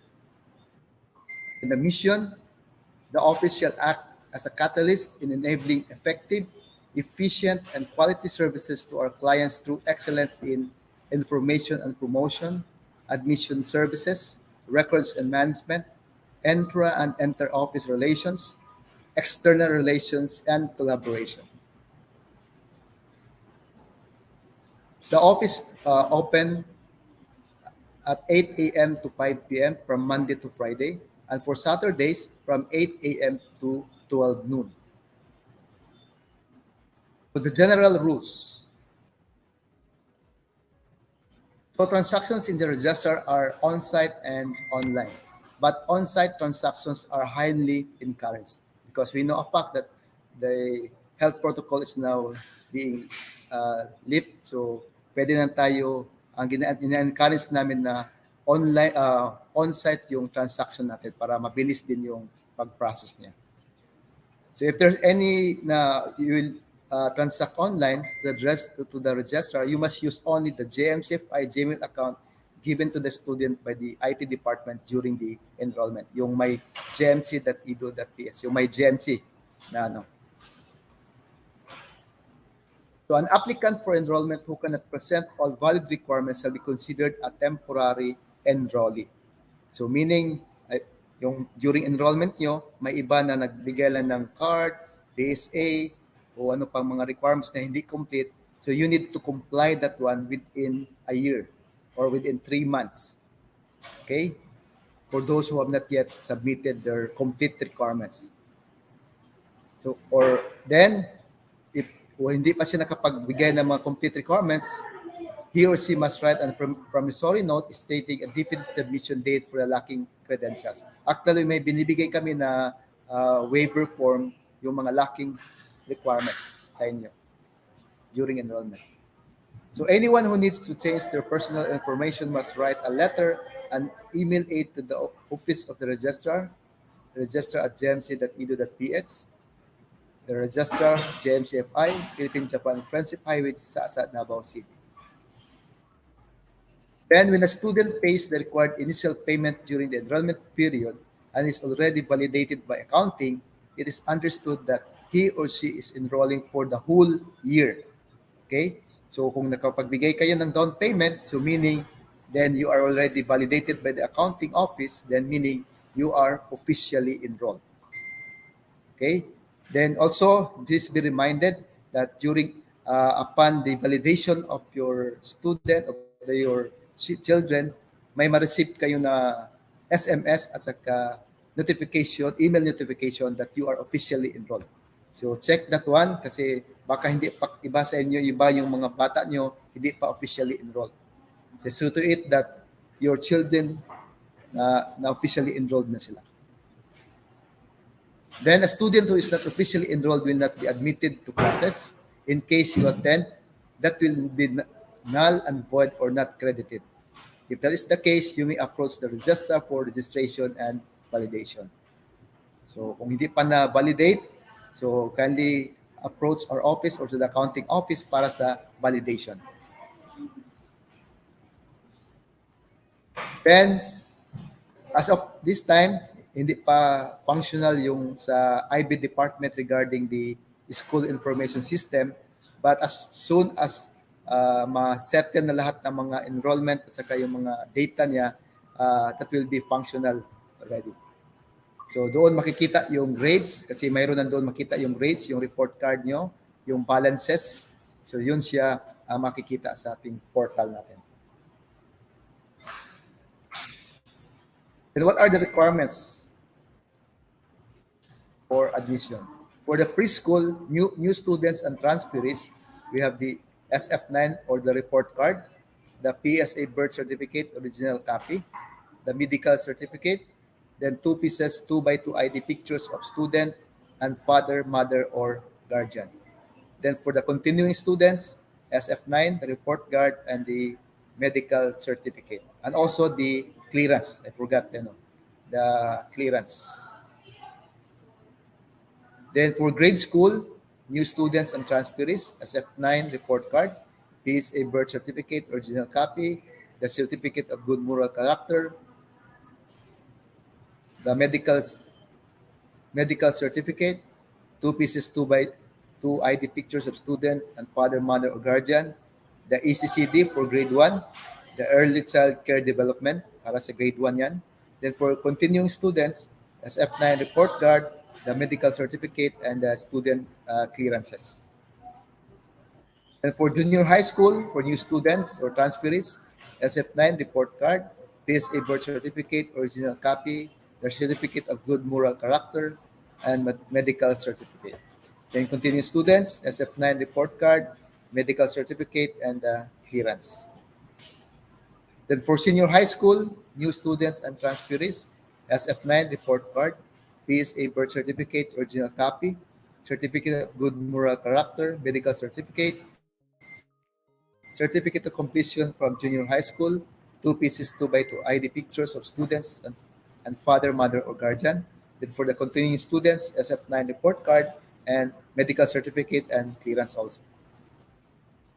And for the foreign students, is there any foreign parents here who attended this parents orientation?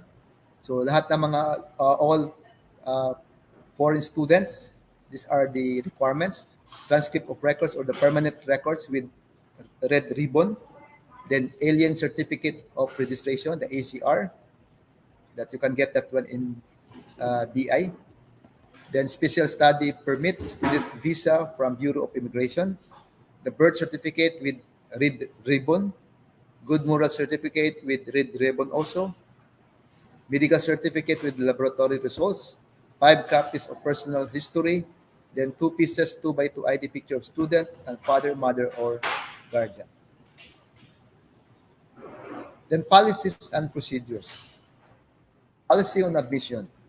The JMCFI is open to all students who are interested to enroll in basic education and or pursue higher education regardless of religious affiliation, cultural background, or economic status.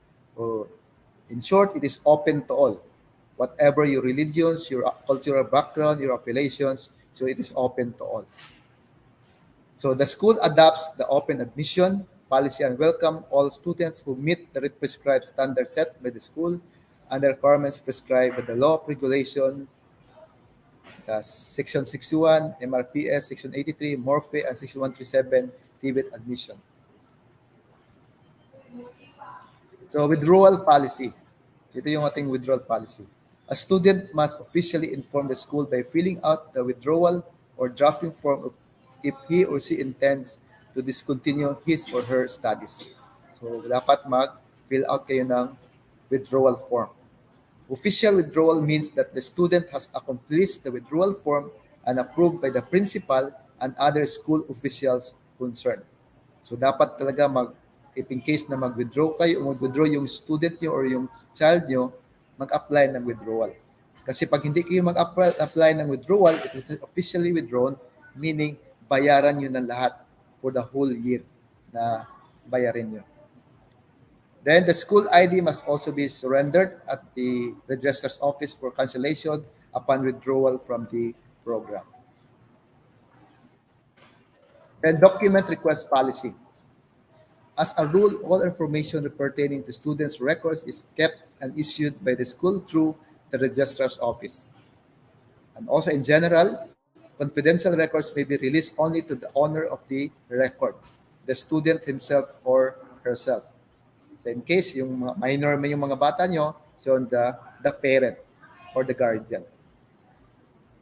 All requests for student documents must be done through a proper process that passes to the Data Privacy Office to ascertain the legality of the purpose.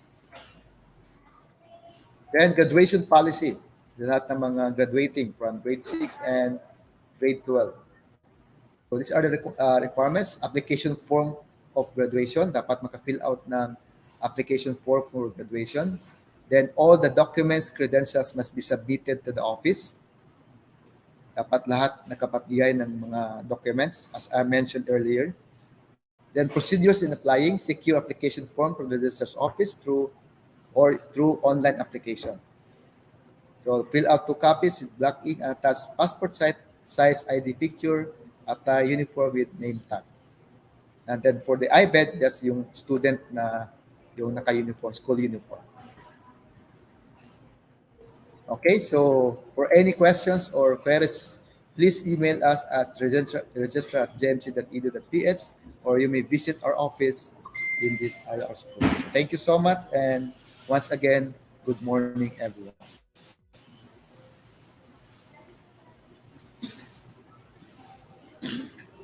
Thank you so much, Sir Mark. Once again, our school registrar, Professor Mark S. Alemania. Thank you so much, sir.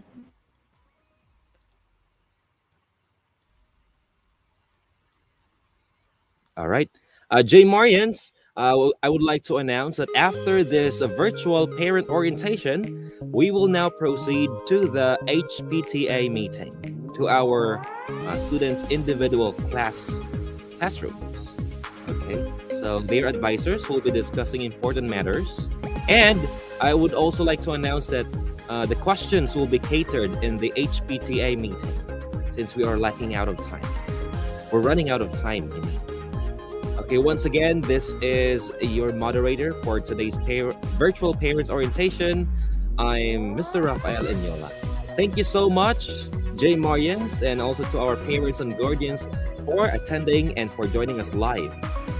Thank you so much, and may the Almighty Father bless us all.